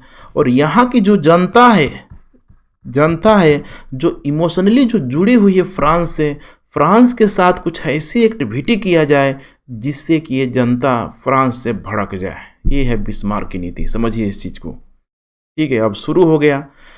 अब यहाँ पे राइनलैंड को लेके ठीक है सीधे सीधे प्रेस कॉन्फ्रेंस में बिस्मार्क ने बोल दिया कि ये जो राइनलैंड है ना, ये इस पे नेपोलियन की नज़र है। सीधे सीधे नेपोलियन इसको ऑक्युपाइड करना चाहता है भाई, कंट्रोल करना चाहता है अपना। जैसे ही ये बात आई सामने, ठीक है, राइनलैंड के लोगों को पता चले, राइनलैंड के लोग यहाँ पे भड़क गए पूरी तरीके से। दक्षिणी जर्मन के लोगों में पूरी तरीके से प्रतिक्रिया होने लगी फ्रांस के खिलाफ कि हमको भाई फ्रांस में नहीं जाना है, हम इतना भाई उसको रिस्पेक्ट करते हैं, वो हमें अपना अधिकार में लेना चाहता है, ऐसा तो हम किसी भी कीमत पे ठीक है बर्दाश्त करने वाले नहीं है। बेचारा नेपोलियन तृतीय फिर एक बार मात खा गया। बड़ा ठीक है अपनी सरसरी निगाहों से देख रहा था कि भाई लग तो रहा था कि उसको बिस्मार्क को जाके काटिए, लेकिन करे तो क्या करे, बेचारा नेपोलियन अपमान का घूंट पी गया। सोचिए एक घटना हो रहा है। दूसरा यहाँ पे मौका मिला लग्जमबर्ग में, चूंकि पहला तो मौका यहाँ पे ठीक है बिस्मार्क पूरा खोजने का प्रयास किया। देखिए युद्ध नहीं हो सकता था, नेपोलियन से डायरेक्ट तो युद्ध नहीं करेगा, कुछ न कुछ उस युद्ध को करने के लिए कुछ न कुछ कारण, मैंने बोलते हैं ना आम भाषा में खुआ चाहिए, तो खुआ खोज रहा था। राइनलैंड को लेके उठाया बिस्मार्क कि भाई नेपोलियन को भड़काएंगे, अपने आप आएगा, आ बैल मुझे मार, मैं तैयार रहूँगा, मैं उसको हरा दूंगा। ये भी नहीं हुआ। दूसरा मुद्दा नेपोलियन के खिलाफ ही उठाया बिस्मार्क ने लग्जमबर्ग को लेके कि भाई इस बार तो ऐसा मुद्दा उठाऊंगा कि नेपोलियन एकदम पूरी तरीके से अपनी सेना लेके हम पे अटैक करने के लिए आ जाएगा। लग्जमबर्ग का मुद्दा लाया। वो लग्जमबर्ग आप देखेंगे तो ये एरिया है लग्जमबर्ग, ठीक है, यही है लग्जमबर्ग, ये भी स्वतंत्र था। इसमें बोल दिया कि देखो भाई लग्जमबर्ग वालों, नेपोलियन तुम पे कब्जा करना चाहता है। समझ रहे कितना किस तरह का आदमी है बिस्मार्क, समझिए, ठीक है। गलत स्टेटमेंट, मतलब अपनी कूटनीतिक चालों को आगे कर रहा है कि नेपोलियन कब्जा करना चाह रहा है। अब नेपोलियन का हालत ख़राब हो गया इस समय, उसकी धैर्य का बांध, सब्र का बांध टूट गया, युद्ध की स्थिति यहाँ पे पैदा हो गई। लेकिन फिर वो शांत हो गया नेपोलियन, बिस्मार्क बेचारा फिर से असफल हो गया कि भाई अब तो चाह रहे थे कि युद्ध हो जाए, अब क्या करें हम। लेकिन यही है, एक अवसरवादी व्यक्ति हमेशा ही अवसर की तलाश करेगा, और यही तो वो अवसर मिल गया बिस्मार्क को स्पेन की गद्दी को लेके। ध्यान से समझते चलिए, ठीक है। स्पेन में क्या हुआ था कि वहाँ पे जो स्पेन की जो रानी थी इसाबेला द्वितीय, ठीक है, यहाँ के लोगों ने विद्रोह करके इसको भगा दिया, राजगद्दी से इसको हटा दिया। अब स्पेन की गद्दी हो गई खाली। स्पेन देखेंगे तो इस टाइप का स्पेन है, यहीं पे इधर फ्रांस है, ठीक है, ध्यान रखिएगा, यहीं ये फ्रांस है यहाँ पे पूरी तरीके से। नीचे इधर देखेंगे तो इधर हो जाएगा पुर्तगाल का एरिया आ जाएगा, कुछ इस टाइप का है। अब भाई राजगद्दी से हटा दिया तो स्पेन का भाई अब राजगद्दी संभाले कौन। इसी समय उत्तराधिकार को मुद्दा को लेकर, ठीक है, मामला धीरे धीरे अंतर्राष्ट्रीय बनने लगा, और बिस्मार्क ने यहाँ पे सीधे इंटरफेयर किया। बिस्मार्क वहाँ के मध्य वर्ग को जाके बोला, ठीक है, कि देखो भाई, एक होहेनजोलन वंश का जो, ठीक है, राजकुमार है लियोपोल्ड को हम क्या करते हैं कि यहाँ का राजकुमार बना देते हैं, स्पेन में आएगा, तुम्हारा सारा कार्य करेगा।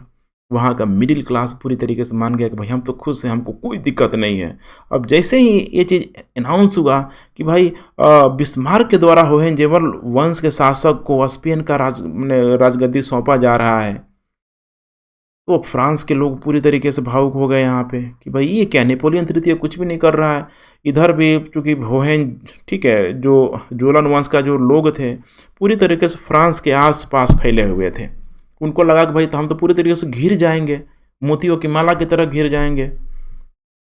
अब नेपोलियन यहाँ पे सुख भुगाया, नेपोलियन ने इसका विरोध किया। नेपोलियन थर्ड ने लियोपोल्ड से मिला, लियोपोल्ड के बोला कि देखो तुम किसी भी कीमत पे, हम तुम्हें ऑर्डर देते हैं कि तुम किसी भी कीमत पे स्पेन की राजगद्दी को नहीं संभालोगे। लियोपोल्ड डर गया और उसने अपनी दावेदारी वापस ले लिया। सोचिए, फिर से बिस्मार्क को लग रहा था कि मैं फेल हो जाऊंगा, लेकिन नेपोलियन तृतीय इस बार यही मानने वाला नहीं था। नेपोलियन तृतीय ने बोला कि इतनी हिम्मत प्रसा की कि भाई वो स्पेन तक अपना टांग अड़ाएगा। उसने अपना राजदूत वेनेडिटी को भेजा। ध्यान से सुनते चलिए, बड़ा इंटरेस्टिंग कहानी है यहाँ पे, ठीक है। और अपने राजदूत वेनेडिटी को बोला कि जाओ प्रपोजल लेके, हमारा प्रपोजल लेके जाओ, और जाके बोलो वहीं जो विलियम प्रथम है उस वहाँ प्रसा के शासक को बोलो कि भाई अपना प्रपोजल वो वापस ले ले, कि जो बोला है कि होहेनजोलन वंश का जो शासक बन जाएगा वो अपना प्रपोजल वापस ले ले, और माफ़ी भी मांगना है, और दोबारा उसको इस तरह की गलती, ठीक है, हम बर्दाश्त नहीं करेंगे, ठीक है। विलियम प्रथम के पास वेनेडिटी को भेजा, ठीक है। वेनेडिटी जो फ्रांस का, ठीक है, राजदूत था, कहाँ चला गया तो विलियम प्रथम के पास। विलियम प्रथम उस समय, देखिए, बड़ा दिलचस्प घटना है, आपको हंसी भी आएगी, मज़ा भी आएगा। एम्स कतार है क्या, तो बेसिकली एम्स एक जगह है जहाँ पे विलियम प्रथम, ठीक है, विलियम प्रथम गया हुआ था अपने परिवार के साथ छुट्टियां मनाने के लिए। ठीक वैसे ही जैसे कभी नेपोलियन तृतीय गया था छुट्टी मनाने के लिए, जहाँ पे काबूल मिल गया, प्लेम्बियर्स का समझौता हो गया था, ठीक वैसे ही विलियम प्रथम भी गया था अपने फैमिली के साथ, ठीक है। एम्स एक जगह है, वहीं पर अपना छुट्टी वुट्टी मना रहा था। वेनेडिटी को जैसे पता चला, तुरंत वेनेडिटी विलियम प्रथम के पास चला गया कि देखिए नेपोलियन थर्ड ने आपके लिए ये बातें किया है, ठीक है। मुलाकात किया एम्स में, ठीक है। बोला कि सर आप, ठीक है, जो भी प्रपोजल दिए हैं वापस ले लीजिए, सॉरी बोलिए, और कभी फ्यूचर में हस्तक्षेप नहीं करेंगे, ऐसा नेपोलियन तृतीय ने बोला है। विलियम प्रथम सुन के थोड़ा शर्मा गया, बोला आपकी सारी मांग हम मान रहे हैं, ऐसा तो उम्मीद नहीं था कि ऐसा होगा। विलियम प्रथम ने मान लिया, बूढ़ा हो चुका था बेचारा।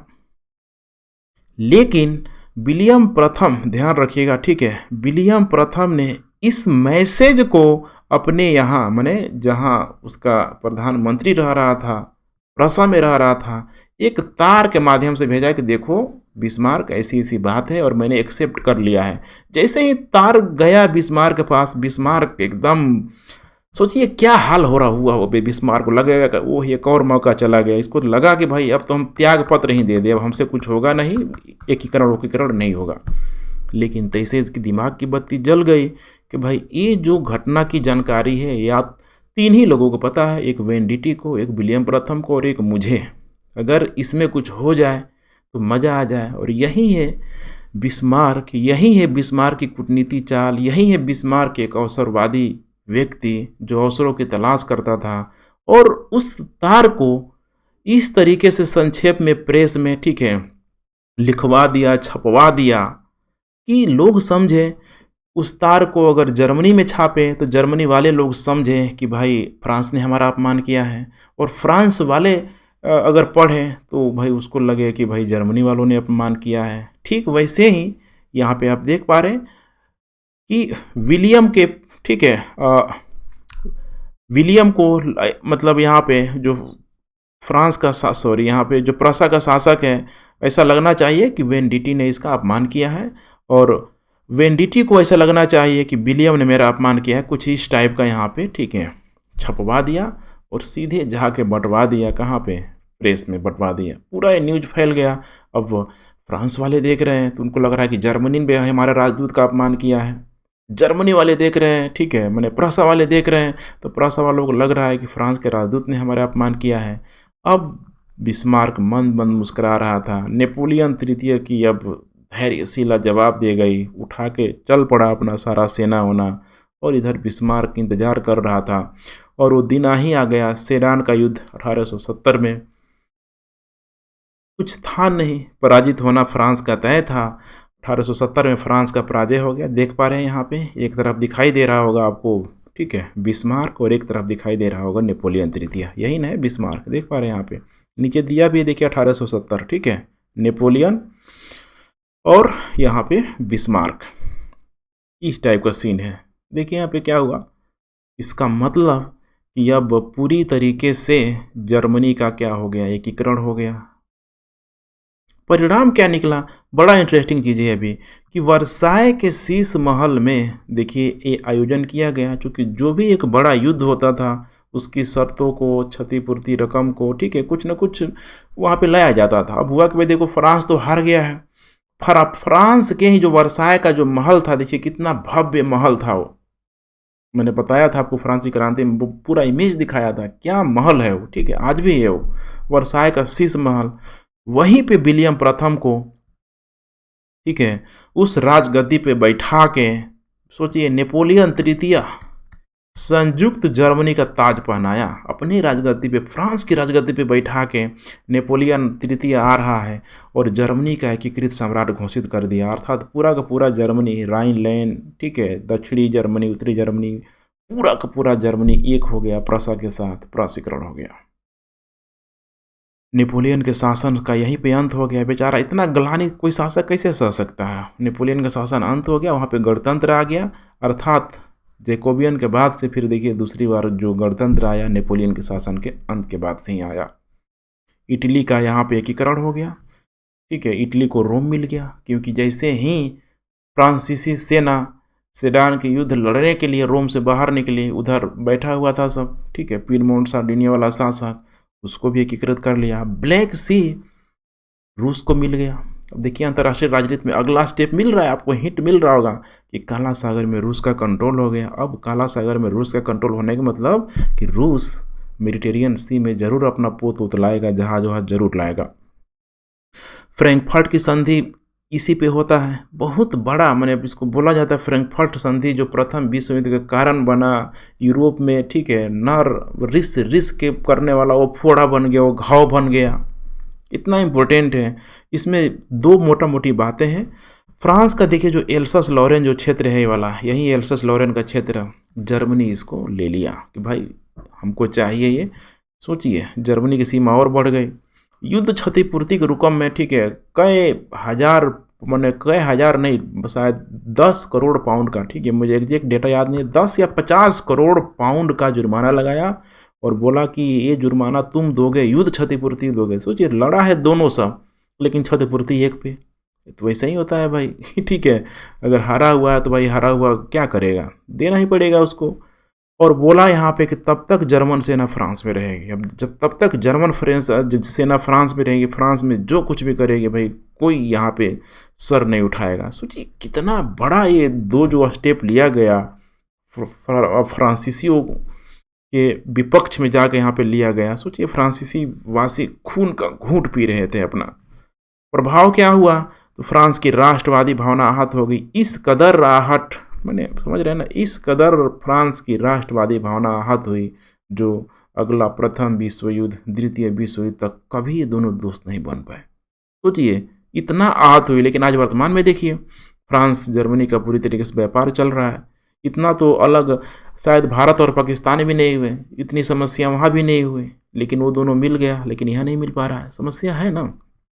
बिस्मार्क को देखिए यहाँ पे सुरक्षा के लिए इसको भी लगा कि भाई बिस्मार्क को लगा कि कुछ ज़्यादा ही हो गया भाई मैंने, ठीक है, एक बूढ़े शासक को वहाँ की राजगद्दी पे बैठा के बहुत मैंने बड़ा अपमान कर दिया है। लेकिन करे तो क्या करे, गाँव में तो आके बिस्मार्क ने भी कर दिया। बिस्मार्क को लगा कि भाई अब हमको सुरक्षा बहुत ज़रूरी है, हर हाल में फ्रांस नहीं मानेगा, कभी तो रिटेलिएट करेगा, और सुरक्षा के लिए इसने गुट बनाना शुरू किया। इटली को अपने मिला लिया, अपने मिला लिया, मैंने अपना दोस्त बनाया, ठीक है। जर्मनी था ही, इधर ऑस्ट्रेलिया को भी अपना दोस्त बना लिया, सारे सिक्के गिले भुला के। अब यही है पृष्ठभूमि तैयार रही। अब फ्रांस भी नहीं मानेगा, फ्रांस उधर, ठीक है, ब्रिटेन को अपना दोस्त बनाएगा। आगे चल के कुछ ऐसी परिस्थिति होगी कि ऑस्ट्रेलिया की वजह से जो रूस है पूरी तरीके से फ्रांस का दोस्त बन जाएगा। सोचिए प्रथम विश्व युद्ध की पृष्ठभूमि कहीं न कहीं यहाँ पे निर्मित होती है, आपको दिखाई देगी, और कुल मिला के प्रथम विश्व युद्ध का मार्ग यहाँ पे तैयार हो जाएगा। और अब बहुत सारी घटनाएं होगी इन सारे क्षेत्रों में, ठीक है, उस घटनाक्रम में, ठीक है, थोड़ा हम लोग एनालिसिस करते चलेंगे आने वाले टॉपिक में। तो ठीक है फ्रेंड्स, ठीक है, कुल मिला के लेक्चर की लंबी अवधि है, लेकिन अगर आप यहाँ तक पहुँच पाए होंगे तो आपको रियलाइज हो गया होगा कि आपने क्या लर्न किया है, आपको एक पढ़ने का क्या एक नया तरीका मिल रहा है, जिससे कि आप रटने की प्रक्रिया से बाहर निकल पाएंगे, और एक एनालिटिकल अप्रोच के माध्यम से, जिसे मैं बार बार बोलता हूँ कि आप आंसर राइटिंग कर पाएंगे। अदरवाइज फिर पढ़ने का कोई फ़ायदा नहीं है। तो इस तरह के कीमती लेक्चर को शेयर कीजिए कि जो भी स्टूडेंट, ठीक है, गांव देहात में जो बैठे हुए हैं, जो संसाधनों का अभाव में तैयारी नहीं कर पाते हैं, इस तरह के, ठीक है, क्वालिटी कंटेंट लेक्चर देखेंगे तो उनके अंदर भी मोटिवेशन का भाव जगेगा, वे भी बड़े से बड़े एग्जामों की तैयारी कर पाएंगे। तो चलिए फ्रेंड्स, थैंक्स फॉर वॉचिंग। जय हिंद।